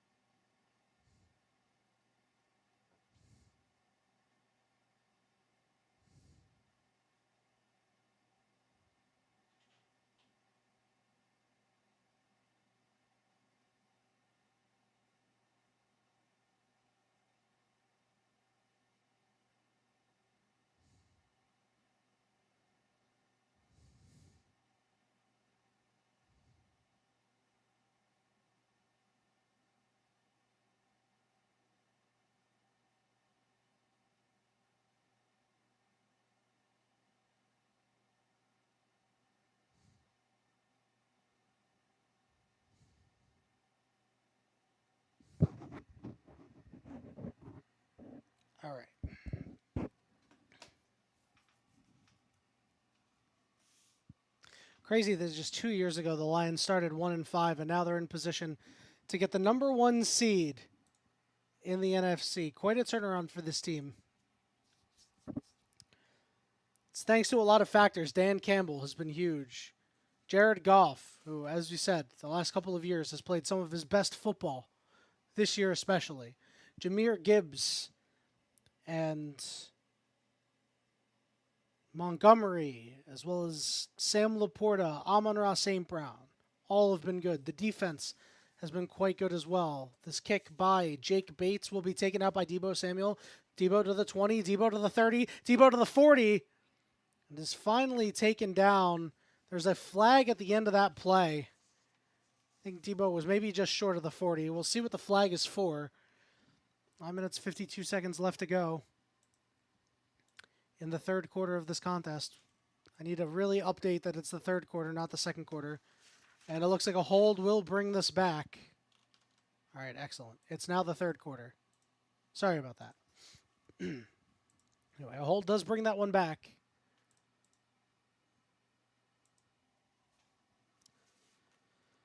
Not quite sure the spot of it because I can't listen to audio. Because if I listen to audio, y'all will hear the audio, and then that'll make it a bad time. The NFL will come after me and will kill me. It'll be 1st and 10 at the 16-yard line. Purdy fires over the middle to a wide open Juwan Jennings for about 12 yards and a first down. Crazy that the first 24 games under Dan Campbell, the Lions went 4-19-1, averaging 21 points a game. Since then, 35-10, scoring the most points per game in the NFL. Ball's on the 29-yard line. The snap, but the give goes to Guerrero, and Guerrero takes it to about the 34, pick up about 5.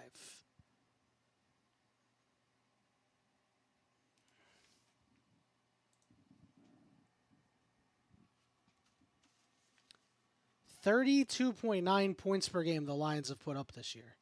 2nd and 5 in motion goes Juszczyk. Purdy looking, he rears up and he fires to the middle of the field, and nobody's around Ricky Pearsall. Pearsall to the 30, spins down at the 27-yard line. Ricky Pearsall, have a game.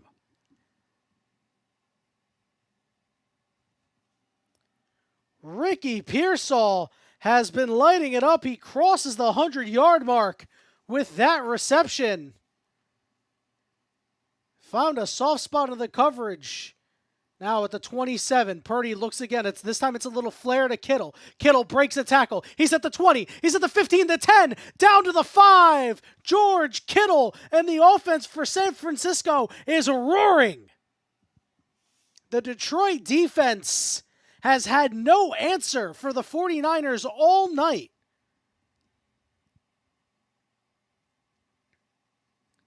And we find ourselves in a potential shootout. It's 1st and goal on the 5. Play action. Purdy, the rush is there. To the back of the end zone. Incomplete. Just had to get that one out of there. Juszczyk was the target. They're looking back at that George Kittle play. More helmet-to-helmet contact. That was Brian Branch leading with the helmet. And I think they may have spotted that. George Kittle is off on the sideline right now. He does have his head down. They may bring the trainers over to see how he's doing, but he appears to be fine. Second and goal on the 5. Debo in motion to the right side. It's a jet sweep to Debo. Does he have the angle? And he does. He stumbles into the end zone for the touchdown. Debo Samuel on a 5-yard jet sweep. They're gonna. It's a passing touchdown. You know, it's not the jet sweep of old where it's an actual handoff. It's the little shovel. So Brock Purdy, I'm sure, will be more than happy with the credit for the touchdown there.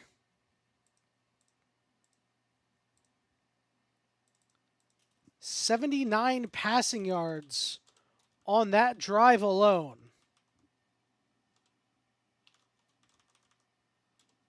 He has not attempted 120 passes. He's attempted 21 passes. 18 for 21, 279, 3 touchdowns. Have a game for yourself, Brock Purdy.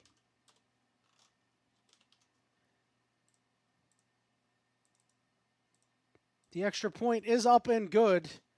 And San Francisco leads 28-21.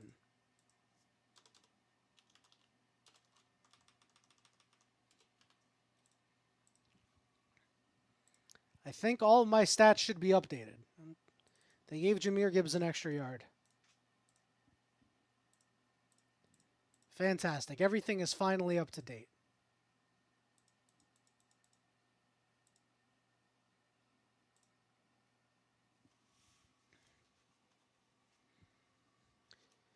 Detroit's pass defense is actually just so fucking tragic.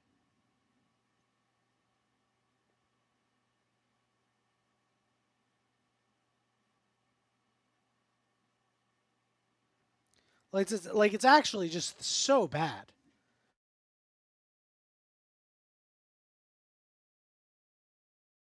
I think they were ranked 28th in the league in pass defense. I think they gave up about 240 passing yards a game on average. They've given up 279, and we're only in the third quarter.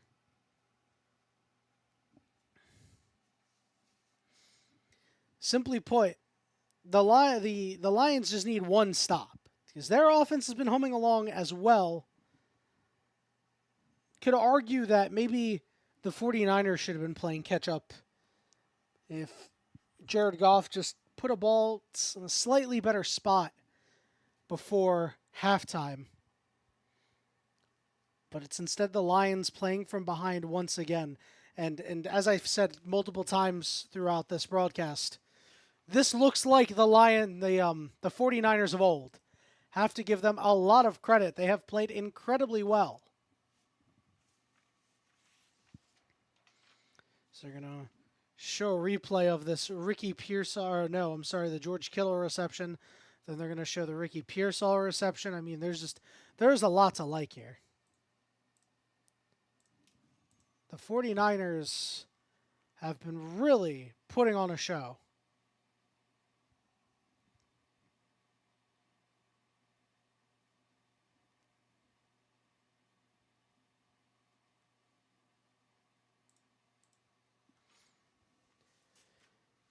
Kickoff will be made by Jake Moody here. I believe that's Moody. It's kind of hard to tell. Pat O'Donnell is number 40 and Moody is number 4. This kick was short, so it'll be taken out by, I believe that is Tom Kennedy on the return.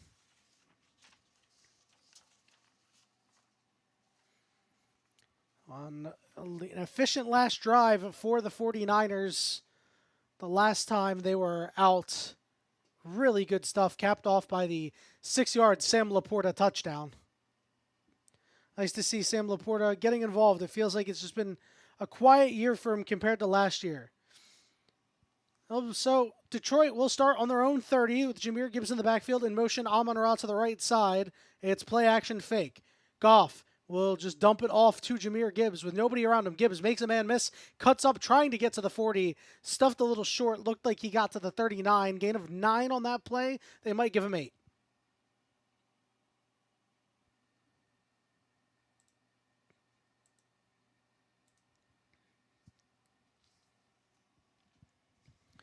Just about 7 minutes left to go in the third quarter of this game. The Lions trail 21-28. Goff in the shotgun again. Gibbs to his left side. 2 men stacked out to the right. Back and looking. Here comes the blitz. It's picked up well. Goff looking deep. Manages to find Laporta. And Laporta takes it to about the 37, but the flags fly. Sam Laporta had a nice reception there, but I think it could be coming back, as D. Winters is limping off the field right now.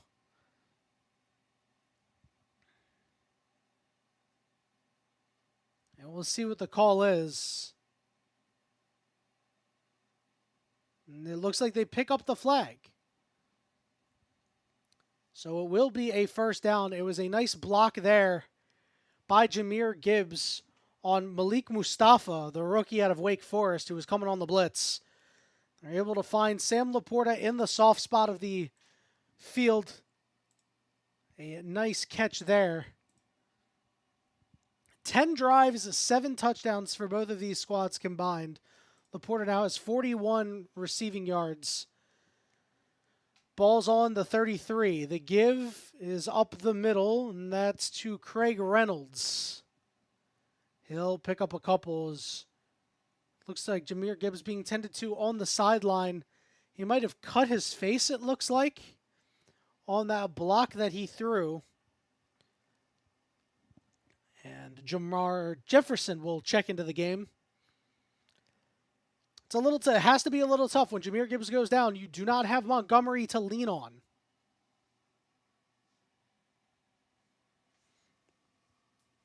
Second and 8. Goff looks, quick fire, and it is caught and immediately swallowed up. There is Jamison Williams for his third reception of the game, and it'll be third down and short.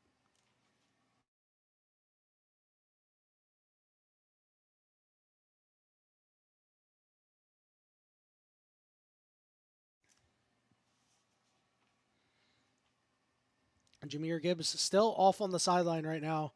The broadcast putting a big focus on him. I can only talk about so much without a color caster, so please bear with me. 3rd and 3. Goff is looking. Here comes the rush. He can't escape. Nick Bosa picks up his second sack of the game, and I think it takes Detroit out of field goal range. A huge loss on that sack. And Goff is very irritated at himself.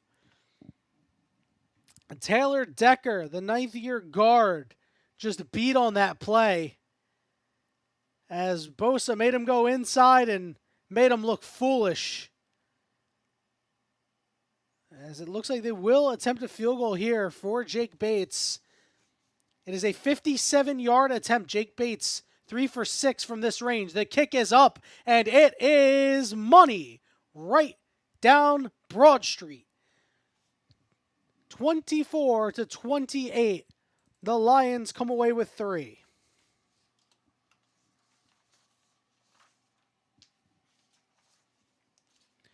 With 4 minutes and 25 seconds to go here in the third.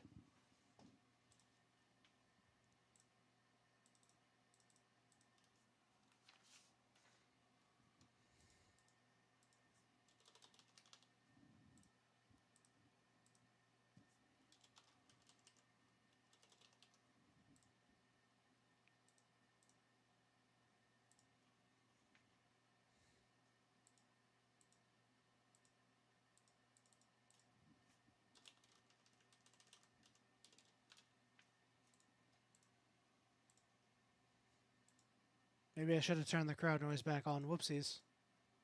That's all right. What's Ricky Pearsall's career high in yards? Is this it? Let's find out. Ricky Pearsall. I mean, it definitely could be.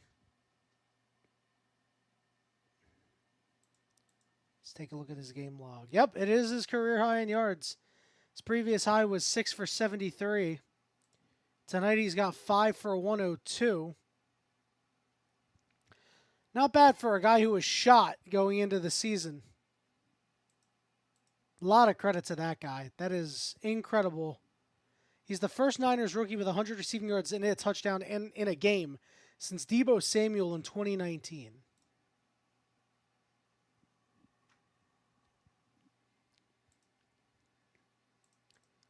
A lot of credit to that guy to be able to come back from something like that.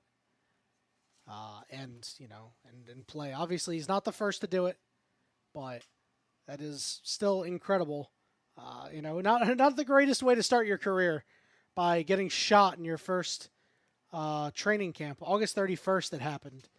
So what? It was like a week and a half before the season was set to start. And his first game, I think, was in October. He came back pretty quickly from that, I must say. So that is quite impressive. And frankly, hella scary. He's got that Wolverine healing factor, I guess. And the broadcast having a look at Nick Bosa there as he's enjoyed a nice night for himself. He's got 2 sacks, the only 2 sacks. There's an Eagles fan in the crowd. Hell yeah. Go Birds. There's a Broncos fan in the crowd. All right. Sure, why not? And here is the kickoff from Jake Moody, and returning it is Deebo Samuel. He'll take it out to the 20, to the 30, tripped up and taken down at about the 33-yard line. That was by Reynolds, actually. The running back, Craig Reynolds, on special teams, was able to get the job done there.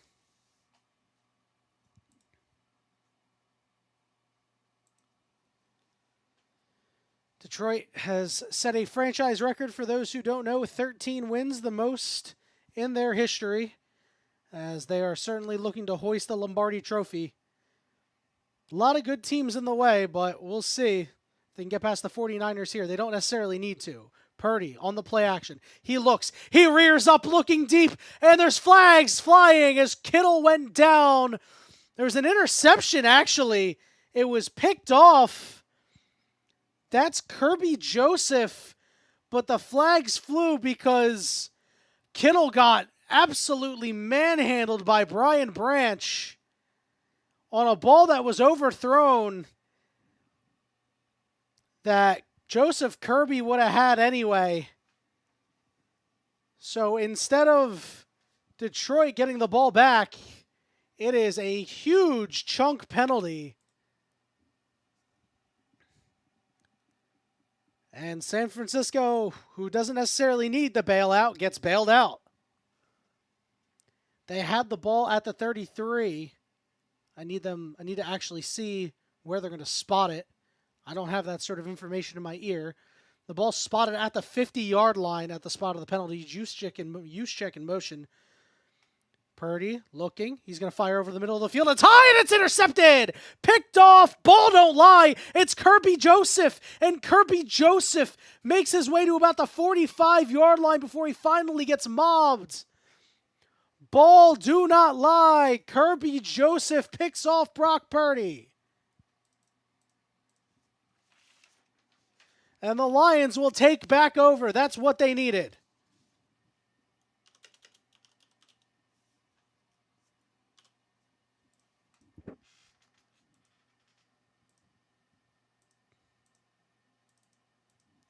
That was an uncharacteristically poor throw from Brock Purdy.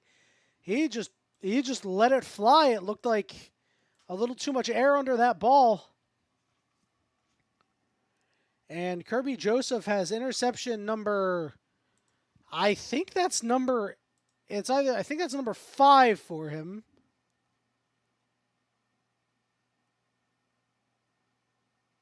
No, that's number 8. That's interception number 8 for Kirby Joseph. He has been a machine this season. We're going to take a short break for commercial here. For those who are chilling out with me, thank you very much. My name is Yanni. I do esports broadcasting. Want to get into traditional sports a little bit more. I love traditional sports. I played sports growing up.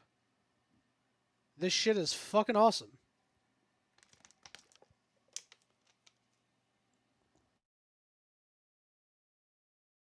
Sorry for the water drinking ASMR stream for a second there. For those who want to know a little bit about my sports fandom, I'm a Philly 4for4 guy. I'm born and raised in southern New Jersey, about 20 minutes outside the stadiums. So I love my Eagles, Phillies, Flyers, and Sixers. Although, admittedly, I haven't been keeping up with the Flyers in the most recent seasons, and the Sixers are pretty much dead to me at this point. I will probably do Sixers coverage at some point. I don't know when, but I'll do it.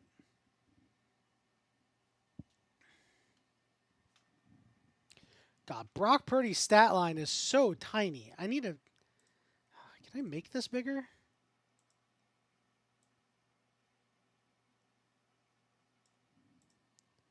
Let me see if I can size this up a little bit.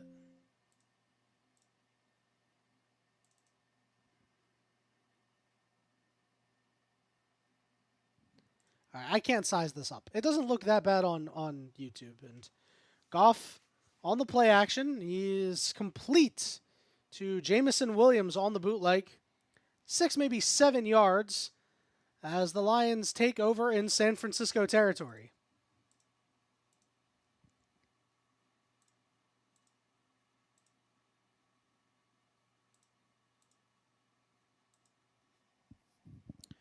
Kirby Joseph, his 8th interception, the NFL leading 8th interception. Another play action fake. Goff is going to throw it out to the side. That is a reception for Craig Reynolds, who will get past the first down marker and pick up a couple more yards after that. Fresh set of downs for Detroit here.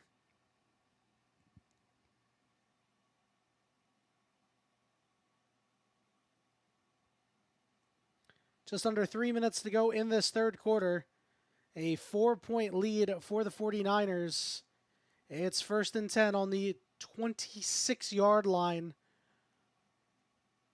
Shifting everybody in for max protection here is Goff. 3 seconds. There's the snap. The give goes to number 13, Craig Reynolds. And Reynolds will pick up 5, maybe 4 on that play. They'll give him 6. They can push the pile a little bit more there. And it'll be 2nd and 4. No need to rush here if you're the Lions. Still only the third quarter, and you've got plenty of room to work with, given the fact that you are on the San Francisco side of the field. Just chill out, take it easy. It's 2nd and 4. Ball is exactly on the 20-yard line. In motion to the top of the screen, Amon-Ra St. Brown. Goff takes the snap. It's a fake pitch. He looks, fires over the middle, and it's caught. Amon-Ra St. Brown down to the 6. The stop was made by number 6, Malik Mustafa, as Amon-Ra gets them inside the 10.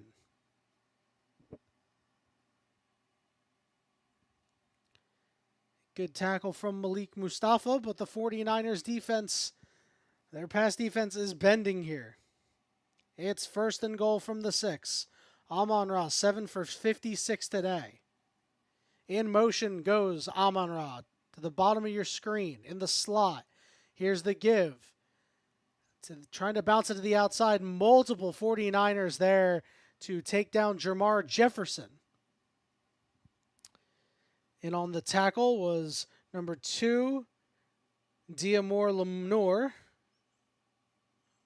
Diamador Lenore, sorry. God, that guy's got a name. Doug Dimmadome, over the Dimsdale Dimmadome.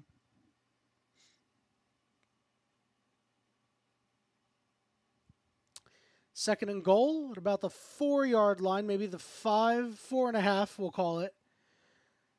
Bunch in the slot to the right. Now Amon-Ra to the top of the screen. Here's the play action fake. Goff is looking. He's reading. He fires in the back of the end zone. It is incomplete. Intended for Jamison Williams. And it's third down, and Goff unhappy with what's going on here. Shouting. Not sure at who. Not sure if it's the refs. Not sure if it's his team. But he's clearly unhappy with what occurred on that play. And it's third and goal. The Lions have to come away with 6 points. The 49ers, I don't think they'll give you another turnover gimme like that again. It's third and goal. Goff takes the snap. Here's the pressure. He fires it up for Amon-Ra, and he couldn't see the ball. By the time the ball was released, Amon-Ra was not turned around, and he turns around and it sails way over his head as Nick Bosa was able to get in. Incredible pressure. He has been a thorn in the side of this Detroit offensive line all night. This strong Detroit offensive line. All former first-round picks except for Graham Glasgow, who's a third-round pick, and they're going to go for it on fourth and goal. I admire it. In motion is Tim Patrick to the top of the screen. Goff is looking. He finds Amon-Ra wide open on fourth and goal for 6. The sun god hits pay dirt, and the Lions take the lead.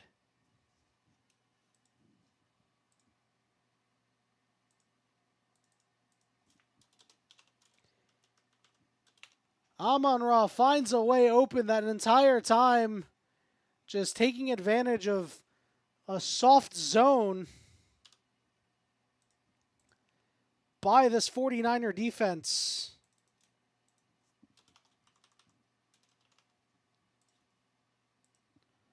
Extra point is up, and it is good. Looked a little hairy, but goes in anyway. And Detroit now leads at 31-28, a 3-point game.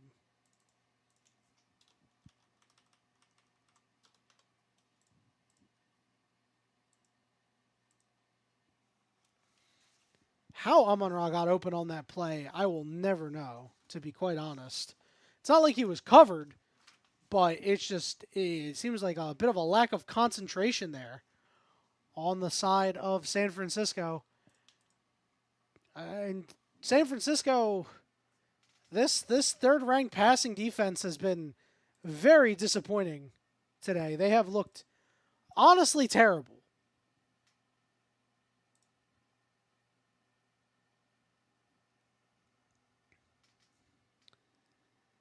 The Lions adding +1 to their turnover differential with that interception they had earlier. And I like that Jared Goff's been spreading the ball around. 69 yards for Jamison Williams, 60 for Amon-Ra, 46 for Jahmyr Gibbs, 41 for Sam Laporta, 35 for Craig Reynolds. This is a nice balanced passing attack with many weapons. Here's the kickoff. This will go way in the back of the end zone, and even Deebo Samuel will not return that one.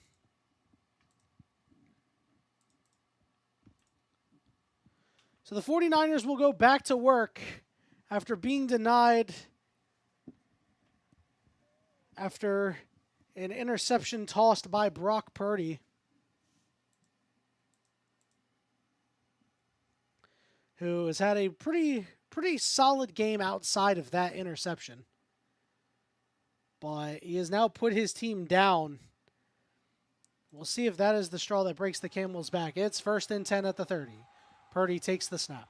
He looks. There's pressure in his face, and he finds a man. That is Kittle. Looks like for about 9 yards. Nice job there. Multiple guys in his face. Ifiatu Melifonwu was on the blitz there. And that'll be the end of the third quarter. Detroit leads 31-28. We'll be back in a moment.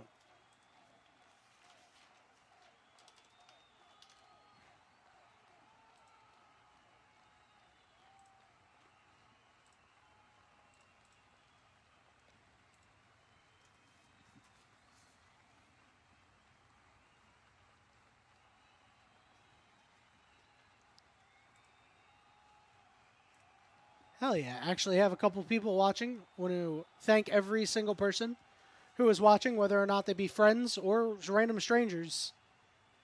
Appreciate you tuning in because I just decided on a whim to do this. It's been something that's been percolating in my mind for a bit. It's been fun. I know it's not perfect and it's not really the greatest viewing experience, I'm sure, but I hope that you get something out of this stream. I hope that it is a way for you to enjoy the game. If you're unable to through any other third-party sites, you might be like me, you might be afraid of those third-party sites.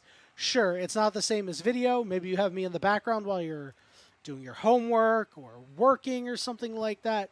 I appreciate you all the same for sticking through me with this maiden voyage. And if you have any suggestions, please let me know. This is not a perfect product, nor will it ever be, as I have to manually update the stats leaders myself. There is definitely a way to automate that, but I do not know. It is beyond my scope. I will be completely honest.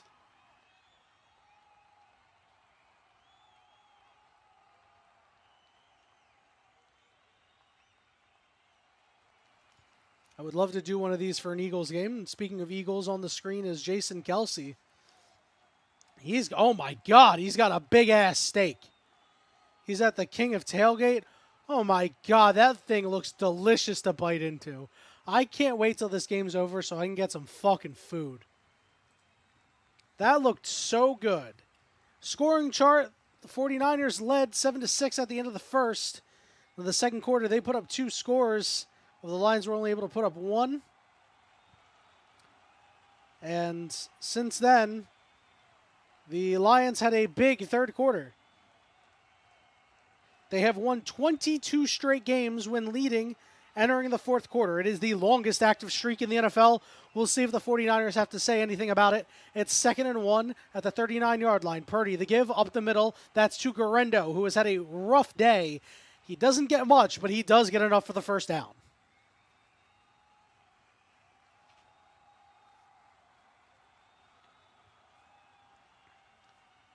And on the play was Al-Quadin Muhammad.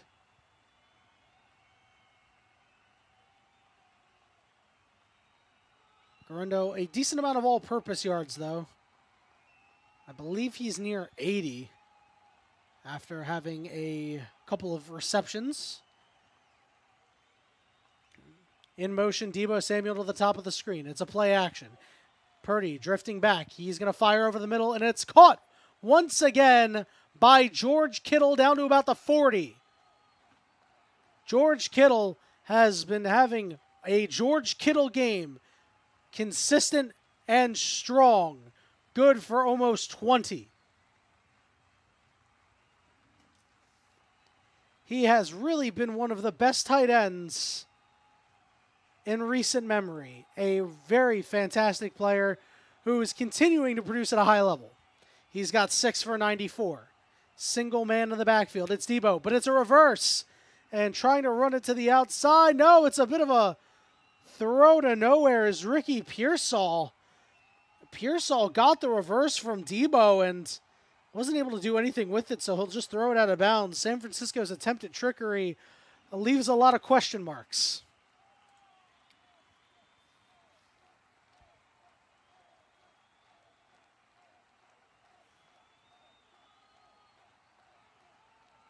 Listen, Ricky Pearsall was feeling himself. Career high in yards, let him throw the football.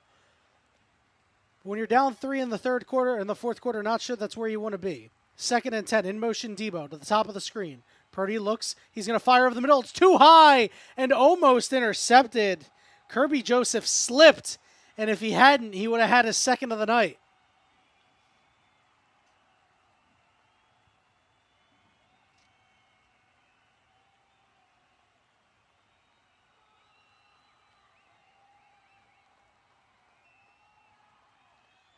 It is 3rd and 10.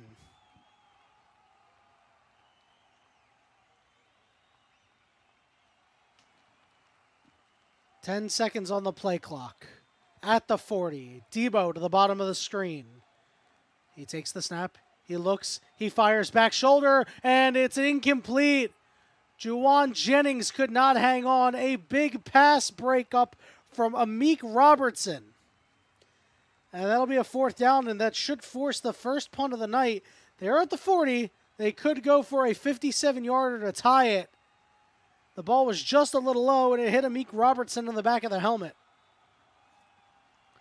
We'll see what the word is for Jake Moody, who has been pretty decent from 50 yards plus. They will trot him out here to attempt a 58-yard field goal. Season long is 53. He's hit it twice. His career long is 57. To set a new career best, the snap is down. The kick is up. It is slicing, and it is no good. Jake Moody had the distance, but not the accuracy. And the Lions will take over with good field position.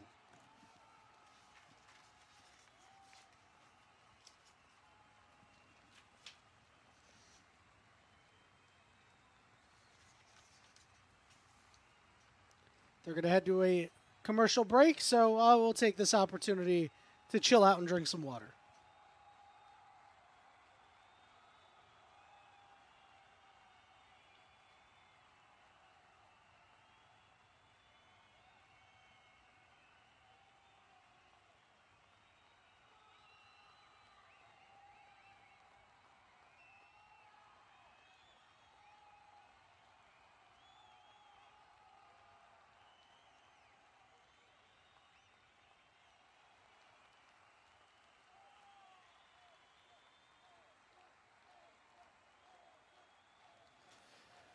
Wonder if I do this on Twitch, if I keep doing this on YouTube. I tried to stream it to both Twitch and YouTube, and didn't quite work out the way I wanted it to. I think I can do that. I think I would just have to look off my phone. I think the problem is I'm streaming it from my Verizon Fios. So maybe just too much of a strain, I think. I mean, we have gig up, gig down, but streaming to 2 different things while also streaming this, probably a little too much to handle. It's a good time to stop the stadium noise. Stadium noise is a little bothersome at times, I'm not going to lie, but, you know, it makes it feel a little bit more lively, I guess. This is a good time for me to update my stats. I almost forgot to update the stats. I spent all that time doing nothing when I could have been updating the stats.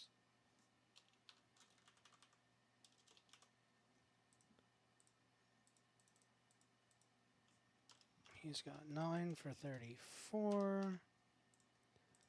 Isaac Guriendo, bit of a rough one here tonight. As the Lions take the field with a 3-point lead, looking to put this one potentially in the rear view. They're taking over at the 48-yard line. It is 1st and 10, single man in the backfield. They're going to give it to Jahmyr Gibbs, and he's already going backwards. He's got to cut back.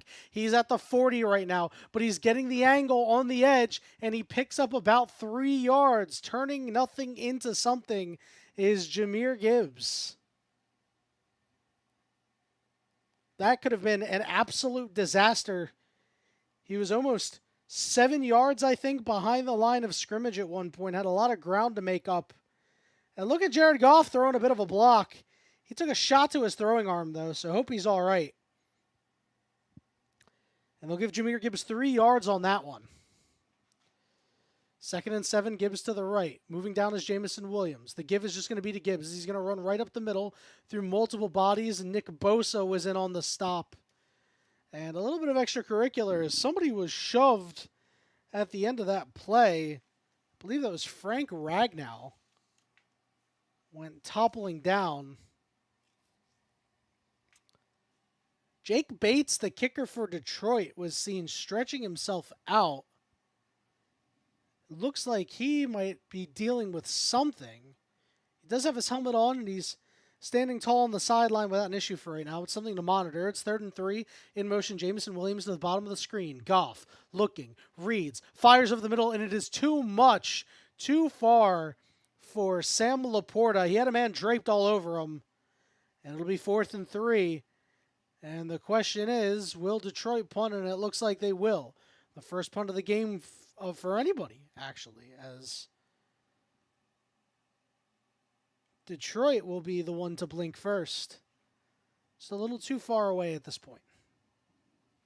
There's a good defensive showing there. No, they won't punt. On 4th and 3, they will go for it. No surprise, given the team that they are. They're 45 of the 49ers. It looked like guys were coming off the field. Here's Goff. He looks. He fires to a wide open Sam Laporta, taking it down to the 26-yard line. The Lions never show any fear. It's a first down.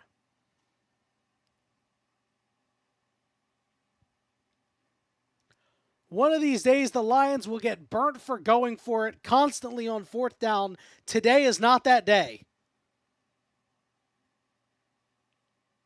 Sam Laporta just found the soft spot in the defense. He was wide open. The pass defense from San Francisco has been porous this evening. It's 1st and 10. The give goes up the middle to Craig Reynolds, and he picks up maybe a couple. Nick Bosa once again on the stop. He has been a menace all game long. 2 sacks and a hell of a lot of tackles.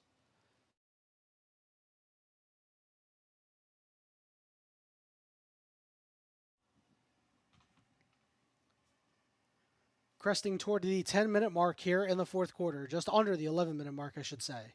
It's 2nd and 8. Goff pointing out the defense. Reynolds in the backfield. In motion goes Jamison. And it's a little bubble screen to Jamison Williams, who drops the ball. And it is ruled an incomplete pass. It was far behind the line of scrimmage. Just a bit of a lollipop that was aimed a little too low. Could have went for a lot, went for nothing. And it's 3rd and 8.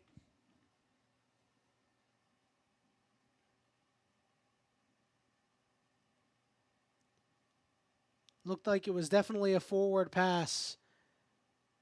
Goff had to throw it a little awkwardly there. Tough to get it to his man, Jamison Williams. 3rd and 8. 3 receivers to the top of the screen. Now Jamison Williams moves to the bottom. Goff is looking. The pressure is there. And Jamison Williams fell over, and it is an incomplete pass. He just trips. The turf monster got him. And this time, the field goal unit will come out. Yeah, he just slips on the turf at the 30-yard line and couldn't get his footing. So we'll see what Jake Bates is looking like here. Remember, he was stretching himself out earlier. He was good from 57 earlier. This one's from 42.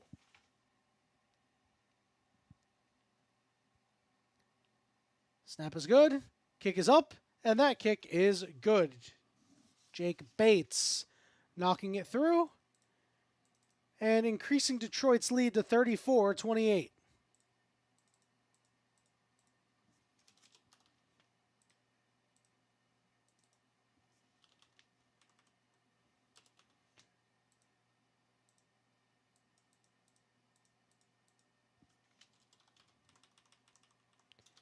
All right, got all the stats updated. Nice. We love that.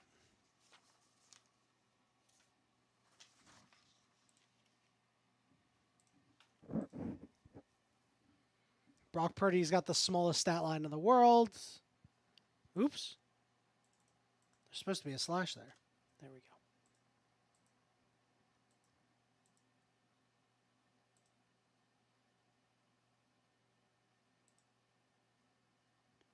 You know, if Brock Purdy didn't have that rushing touchdown, I just wouldn't put his rushing yards. But, you know, he had to go and score.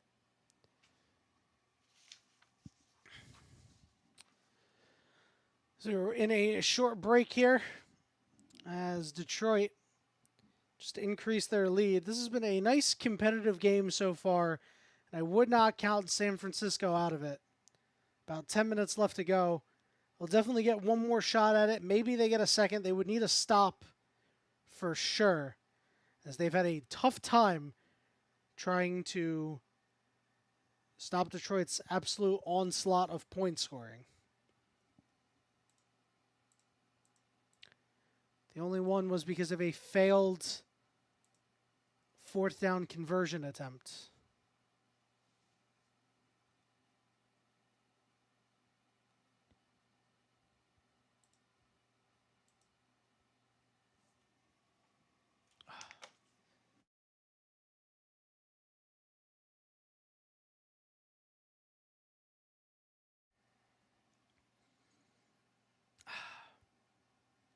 Hell yeah, 6 viewers. Thanks, guys. Appreciate all of you. This is much better than I expected. I kind of expected to just get nothing.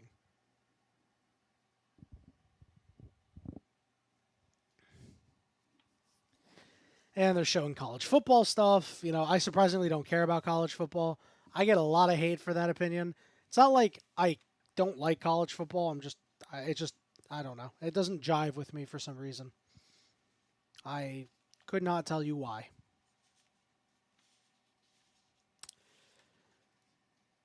Well, Jake Bates is out on the kickoff team, so obviously hitting that last field goal seemed like he was probably fine. Given the fact that he's out here taking the kickoff, it looks like things are all good for him. He is all stretched out, feeling nice and limber. We'll see what Deebo Samuel will do back there. He's been taking quite a few of them out, getting some decent field position, fighting for every bit that they can get. Kick is over to the side. Deebo Samuel taking it in the middle of the end zone. He will just down it. So the 49ers will take the field starting at their own 30.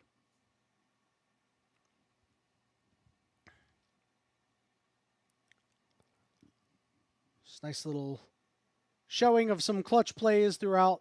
They're showing the 6-yard touchdown to Sam Laporta, the 4th and goal play to Amon-Ra St. Brown. You know, the thing I don't like about Dan Campbell the most is he plays like it's Madden. I mean, obviously, he's going for it on 4th down in good positions. It's not like he's not punting ever, but Brock Purdy takes over on the 30. Man to his left sends him out in motion. Purdy looks, pressures in his face. He's got to get away. He's trying to run, and he is taken down. That is a sack. Miles Adams, the third-year player, undrafted out of Rice, gets a sack of Purdy. Jalen Reeves-Maben was the first one to get in there to win his assignment. And he broke out of a tackle of Al-Quadin Muhammad, but it was Miles Adams, the one that picked it up. And it'll force a 2nd and 15. Great job there for the depleted Lions defense. They were missing a lot of players at one point in time. They still are. And the snap, looks like the whistle is blown. And it'll be a delay of game on San Francisco. And it'll be 2nd and 20. They are pushed back to their own 20.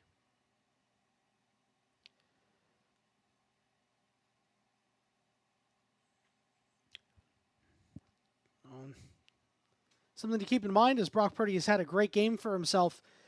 Next year is his last season of his rookie contract. He is eligible for an extension. Remember, because he was the last pick in the draft, you don't get that 5th-year option. Purdy trying to find a man, and he does, and is another catch for Ricky Pearsall. He has been all around. That one's good for about 16, I want to say, and it should be about 3rd and 4. He's got a $1 million cap hit, this Brock Purdy. Absolutely ridiculous, and it's a real shame that San Francisco has dealt with the injuries that they have, because this is the window to compete with a good young quarterback who his cost is controlled. And missing a season of that, even though he has been the one that's been around and has been playing, has to be tough. It's 3rd and 5. Purdy looks. He's reading. He fires to another wide open Ricky Pearsall down to the 49-yard line. He is finding his favorite target. Ricky Pearsall having a career day. I believe that puts him should put him at quite a few yards. He was at 102 before this drive, 117 after that first reception. This will put him near 130. Already a career high for the young man. Really impressive stuff. Use check in motion. He lines up in the slot, Purdy under center. Play action. Purdy on the bootleg has a lot of time. He's going to fire deep, and it's wide open once again. This time it's George Kittle. George Kittle and Ricky Pearsall have been picking apart this Lions defense, but we have a flag.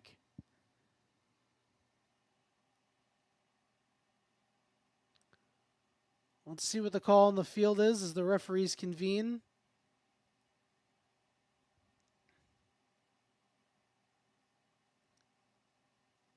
And it looks like an ineligible man downfield. That is undrafted free agent rookie Austin Pleasance, who was tagged for that penalty. Nothing for me to talk about. They're showing the broadcast booth of Joe Buck and Troy Aikman. Some of the GOATs, the best to ever do it. Some of the best to ever do it. Not saying that they are the best. Well, after that penalty, it'll be 1st and 15 to the bottom of the screen. Ricky Pearsall. Deebo Samuel is also sent out to the bottom of the screen. He is wide right. Purdy takes the snap. And a quick fire over to Jawan Jennings, who picks up maybe about 5 yards on that one. And there's a little bit of scrapping going on and a penalty in the secondary here. There was a little bit of extracurricular going on at the end of that play. 7 minutes, 51 seconds left to go. And I think they're going to tag number 32, Brian Branch, for that one. It's a little bit of back and forth. And yeah, Brian Branch shoves Jawan Jennings as he was getting up. Jawan Jennings definitely was not completely innocent there. But the referees are going to call that one every time. It was pretty blatant. An unnecessary penalty out of one of the better players in the secondary in the NFL. Brian Branch has had a good season for himself, and they immediately pull him off. He's been the backup safety. He's been the starting nickel corner. Purdy looks. He fires over the middle. It's intercepted. It's picked off once again. Kirby Joseph. He's got 10 interceptions this season.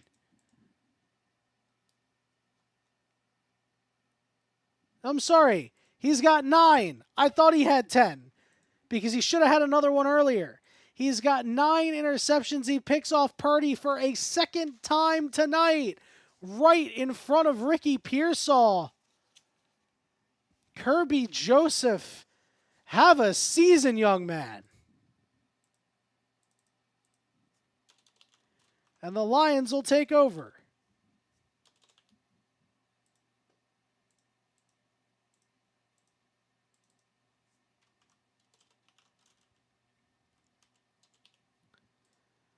Another Brock Purdy interception is going to make life real hard for the 49ers. Now, remember, the 49ers aren't really playing for anything. So it is not the end of the world. But you always want to come away with a victory when you can.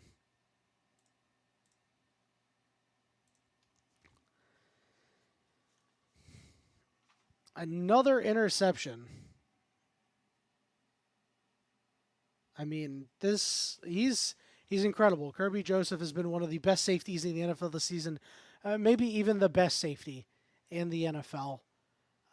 71 tackles, 10 pass deflections. You know, he has really done the most out there. Him and Brian Branch in that secondary have been so good. I don't think Branch has had his best game, especially even after that penalty that he took. But still, 96 tackles, second most on the team, 15 pass deflections, 4 interceptions for himself. He's been just as good. Maybe after the 2 interception day for Kirby Joseph, maybe just as good isn't the right word to use, but he's been damn good.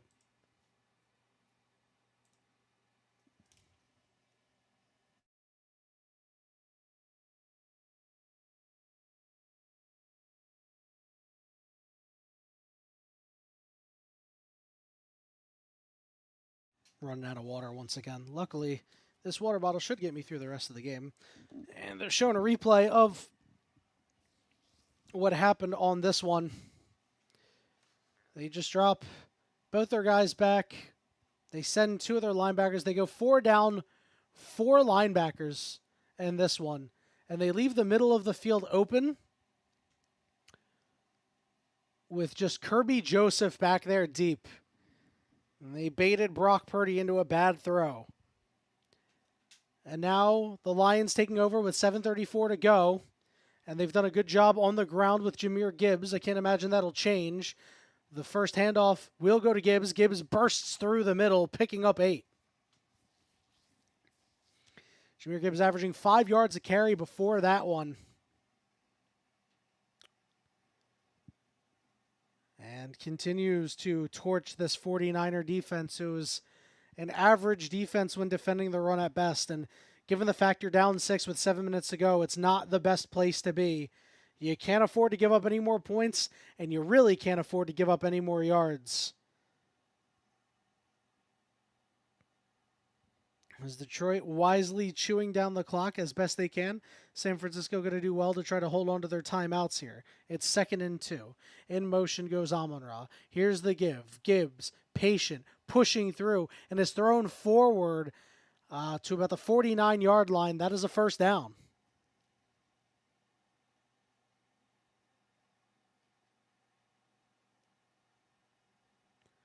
Lions had 14 interceptions in their first 10 games of the season.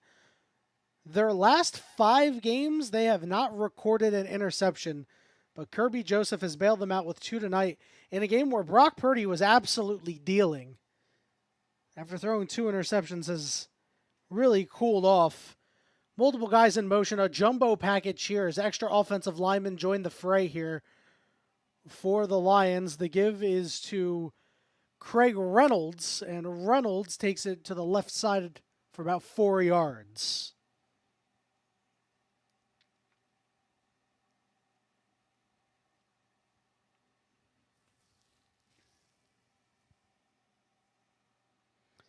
Man, what a ball hawk is Kirby Joseph. He is allowed to shine now that C.J. Gardner-Johnson is in Philadelphia, because last year he only had 4 picks. And C.J. G.J. is definitely a ball hawk out there too. As Kirby Joseph increased his lead for interceptions. Single back formation. Amon-Ra in motion to the top of the screen. It's 2nd and 6. It's play action. But here comes Bosa. And the catch is made by Jamison Williams. Gets 7, maybe 8 yards and picks up a first down.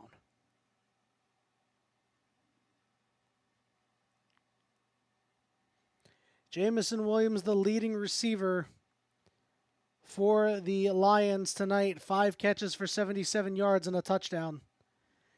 Has been very productive. Jared Goff now has 299 yards passing. It's not updated on your screen, but I'll update it eventually, I promise. It is 1st and 10. 4 minutes, 40 seconds to go as the Lions continue to chew clock, and now they're close to field goal range. They're on the 38 of the 49ers. The give goes up the middle. That's once again Reynolds, who picks up about 4, maybe even 5 yards. Craig Reynolds has done fairly well in stepping in for David Montgomery. Jared Goff is chasing Matthew Stafford for the most touchdowns in the single season in Lions history. He's 5 behind. He's thrown 3 tonight. There's only 1 game left, but you're playing for the division next week, so maybe he will get the tie. If he comes away with 1 on this drive, who knows? Maybe he even wins it. It is 2nd and 6. In motion, Laporta to the top of the screen. They're bunching 3 wide receivers. Laporta in a 3-point stance. Now Amon-Ra to the bottom. Goff is looking. It's a short little screen to Laporta. And Laporta maybe gets 3. And it'll be 3rd down and about 2. As he gets tripped up. San Francisco needs to lock in. They need a stop here, given the fact how the Lions play. They might even go for it if there's a 4th down. The field goal would put them up by 9, so that would be the smarter play. But we know that Dan Campbell can be a little hot-headed and a little hasty at times. Now 3 minutes and 10 seconds left. It's 3rd and 2. In the gun, multiple men in motion. Jahmyr Gibbs to the left side of Goff. Goff clapping, takes the snap, gives to Gibbs, who's open on the right side, and he is running into the end zone. A touchdown. Jahmyr Gibbs will cap off the Lions' evening with a 40 spot on the board. 30 yards for Jahmyr Gibbs. And that should lock this one up for the Lions.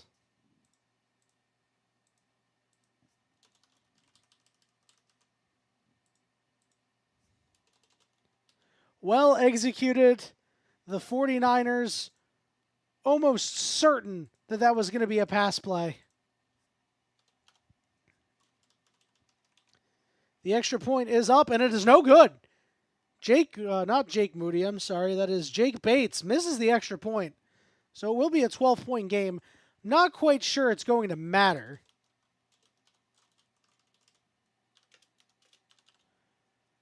And a great block there.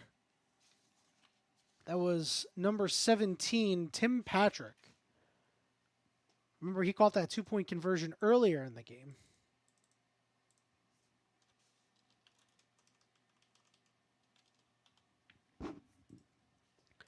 Very productive day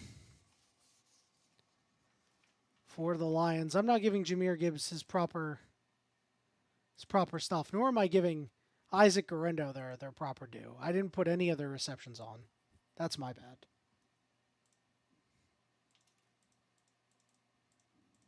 I got to see how it looks. I got to do it.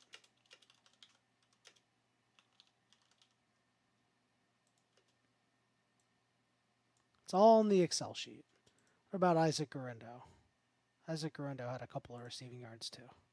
He had 3 for 53. Not bad.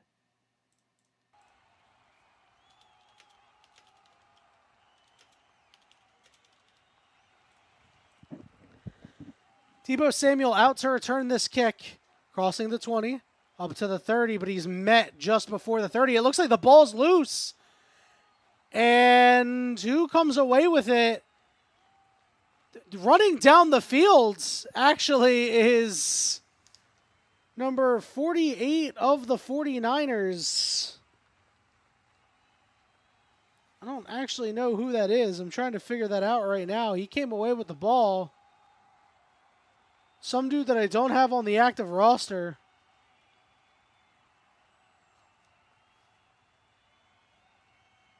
Yeah, I can't find this guy's number for the life of me. I don't know who that was. Let's see. The ball was knocked out before Deebo Samuel was down. Now the question was who recovered it. On top of it was number 41 of the Lions. That was Anthony Pittman, but then he stood up. He stood up and the ball was picked up by number 48 on the 49ers. I don't have enough pixels to be able to figure out who that was. Let's see what the call on the field is. And given his dejected look, it looks like the ball will be coming back, but it will remain San Francisco ball. A big break for the Lions.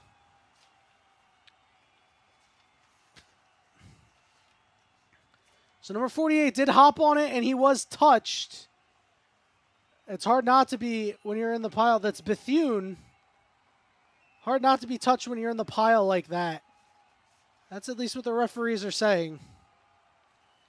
So the 49ers, they're going to have to go quick if they want a shot at winning this game. It is 1st and 10. He's looking. Throws over the middle, and it is caught. Another reception for George Kittle. He is well short of the first down marker. It's about 7 yards. They're on the good side of the 2-minute warning, but San Francisco needs to go quickly here, and they need to go vertically. Purdy is looking. It's another flare out to the right side. That's Guerrero, who is shoved out of bounds. 2 minutes and 30 seconds left to go here in this game. It is a first down.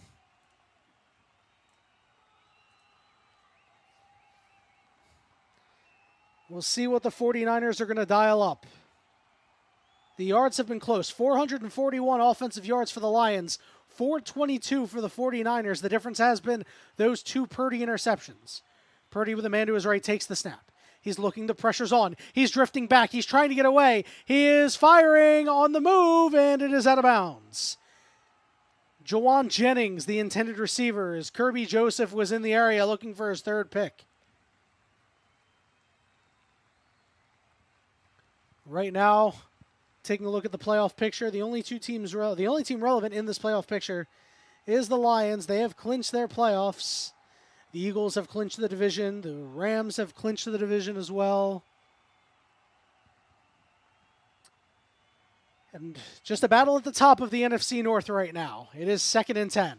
The Lions have never been the 1 seed in the playoffs, looking to do it for the first time in their history. Purdy looks. Purdy fires. Another outlet pass. This one's to Jawan Jennings. Jawan Jennings tries to cut inside instead of going out of bounds. He will be about 2 yards short of the first down marker. But if they want to get a playoff before the 2-minute warning, they have to hurry. And it looks like they're going to let this run down to the 2-minute warning. Questionable move by Jawan Jennings. He could have gotten out of bounds. This is the 2-minute warning. San Francisco with the ball, but trailing the Lions 40-28.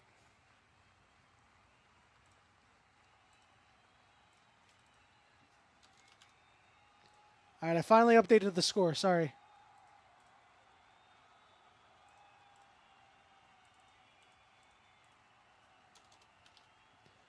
Purdy is thrown for a hell of a lot of yards. Got to give him a lot of credit there.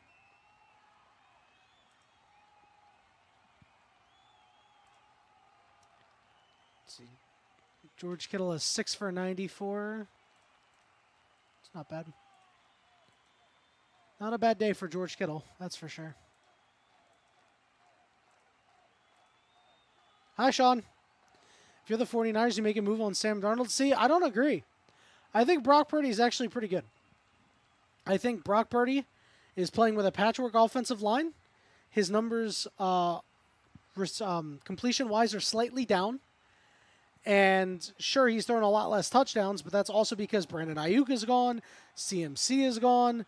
I don't think you necessarily need to make a move on Sam Darnold. I think Brock Purdy can be the guy. I mean, you know, the Detroit Lions' pass defense is very poor, but he's thrown for 367 tonight, and he's going up against Kirby Joseph, who has the most interceptions in the league.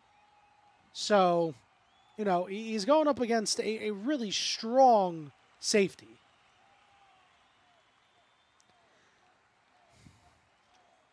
And also, Purdy's, you know, the cheapest quarterback right now. You know, he had a $1 million cap hit coming into the season.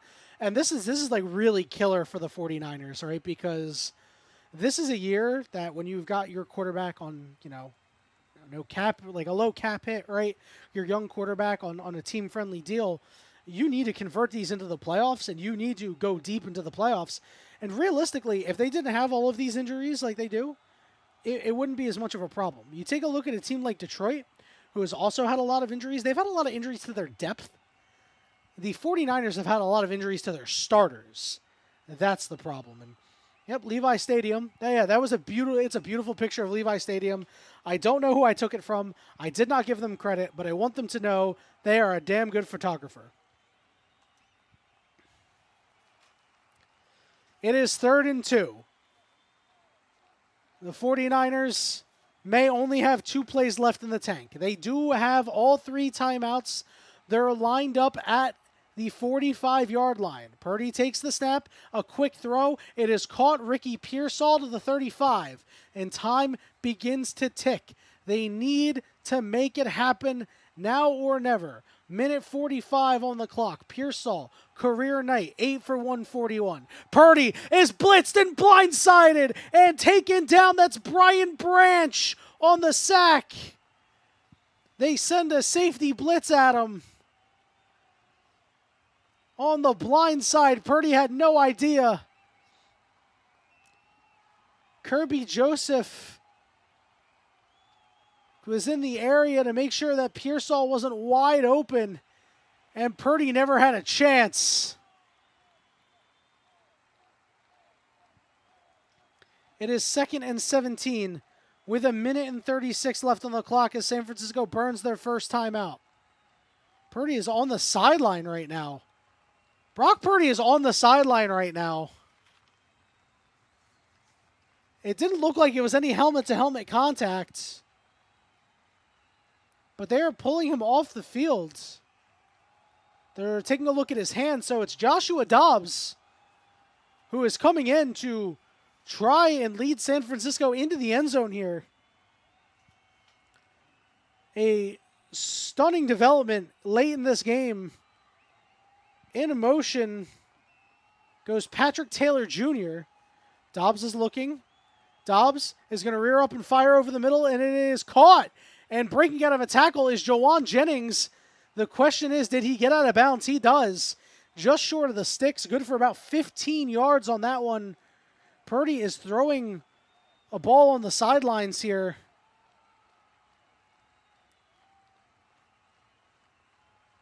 He's shaking his head. I don't think he's going to come back into this game. Maybe Sam Darnold is the move, Sean. Maybe Sam Darnold is the move. Brock Purdy's night may presumably be done. And we have a stoppage in play.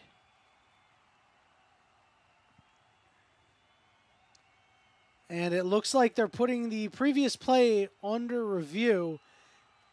We're taking a look again at the sack here. Purdy landed right on his left wrist. And they're trying to see if Jawan Jennings got out of bounds before his knee was down. This would cause a runoff if that's the case. And it does look like his hip lands before anything else. The forearm's down too. It's pretty close. This will kill, his hand might even be down. This will kill any hope San Francisco has if he is ruled down before he gets out of bounds. Brock Purdy has his helmet off. It looks like he is done for the night.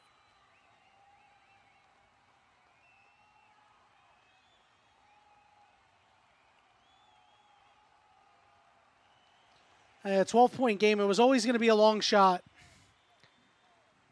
So even if he is good, maybe it's just not worth the risk to throw him out there. But he looks very upset on the sideline. He had a great game for himself. Threw for 321. I'm sorry, not 321. That's not updated. He threw for 377. Those 2 interceptions are a killer. There was a runoff. There's now 1:19 left to go. The clock has stopped, but Kyle Shanahan talking it over with the referee. Once again, looking to the solemn face of Purdy. Dobbs takes the snap. The rush is there. He will find Jawan Jennings for a first down as Jawan Jennings is able to get out of bounds, but there was contact.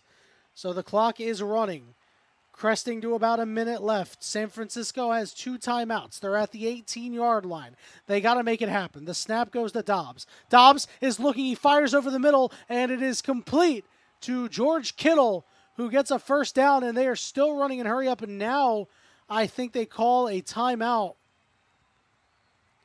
San Francisco will use the timeout. They have to get the onside kick right anyway. At this point in time, it is just too late for them to get on defense and get a stop. So they will have to convert an onside kick.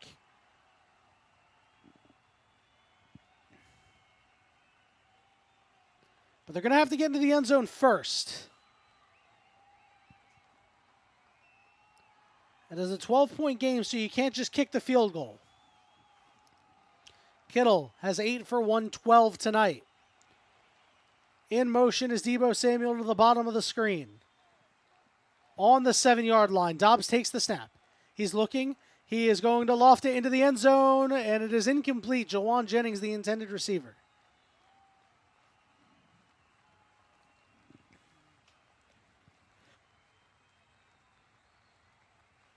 Now 50 seconds on the clock. Jawan Jennings completely covered. Maybe a little bit of contact there from Amik Robertson, the fifth-year pro out of Louisiana Tech.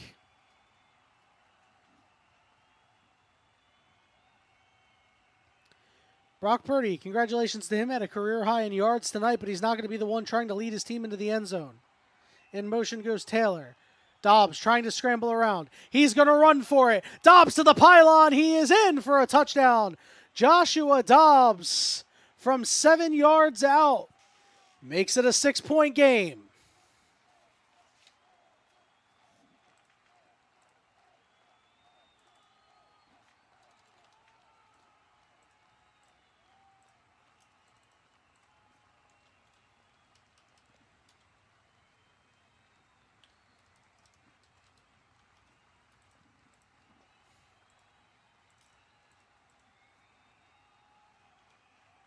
Yep, he's definitely in.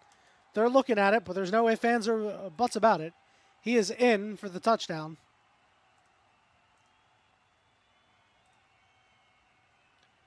The extra point is up, and it is no good. They missed the extra point. Another missed extra point here tonight. Jake Moody missed one. Jake Bates missed one, but Jake Moody had one blocked too. I'm sorry, no, that was Jake Bates that had one blocked. So, uncharacteristic. A lot of misses here. Didn't look like anybody got a hand on it. It will remain a 6-point game. That extra point may prove to be inconsequential. Who knows? It's just a matter of converting on the onside kick. They're going to send out Jake Moody for the onside kick. What a story it would be if the 49ers could go and recover this onside kick and show that they have vestiges of that team that everybody was expecting to do great things this year.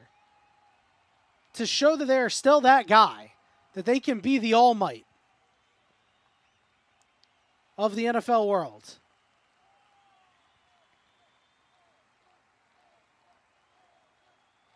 Moody is set. The onside kick is off, and it goes out of bounds. He kicks it just a little too far, and that should wrap it up. The Detroit Lions will get the ball with 43 seconds to go. And the 49ers have just one timeout.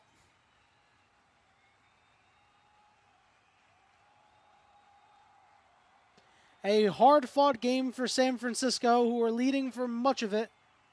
Led by 8 going into the half. It was the second largest deficit the Lions have faced this season. And they have overcome both of their large deficits to earn victories. The Lions are at the door. They will take the knee. The Lions will improve to 14-2. And they have a date with Minnesota for not only the division crown, but for that critical first round bye.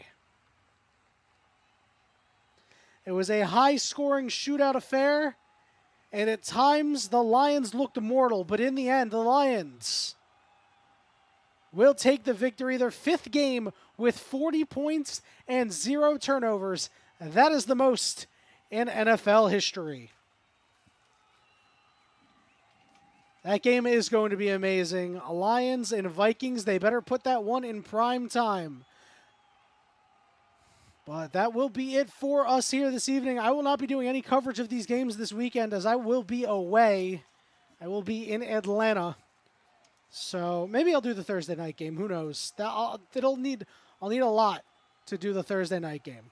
But I want to thank everybody who checked in at any point during the stream to watch. I appreciate everybody tuning in. I hope this was enjoyable and you got something out of it. And I hope that next time I do this,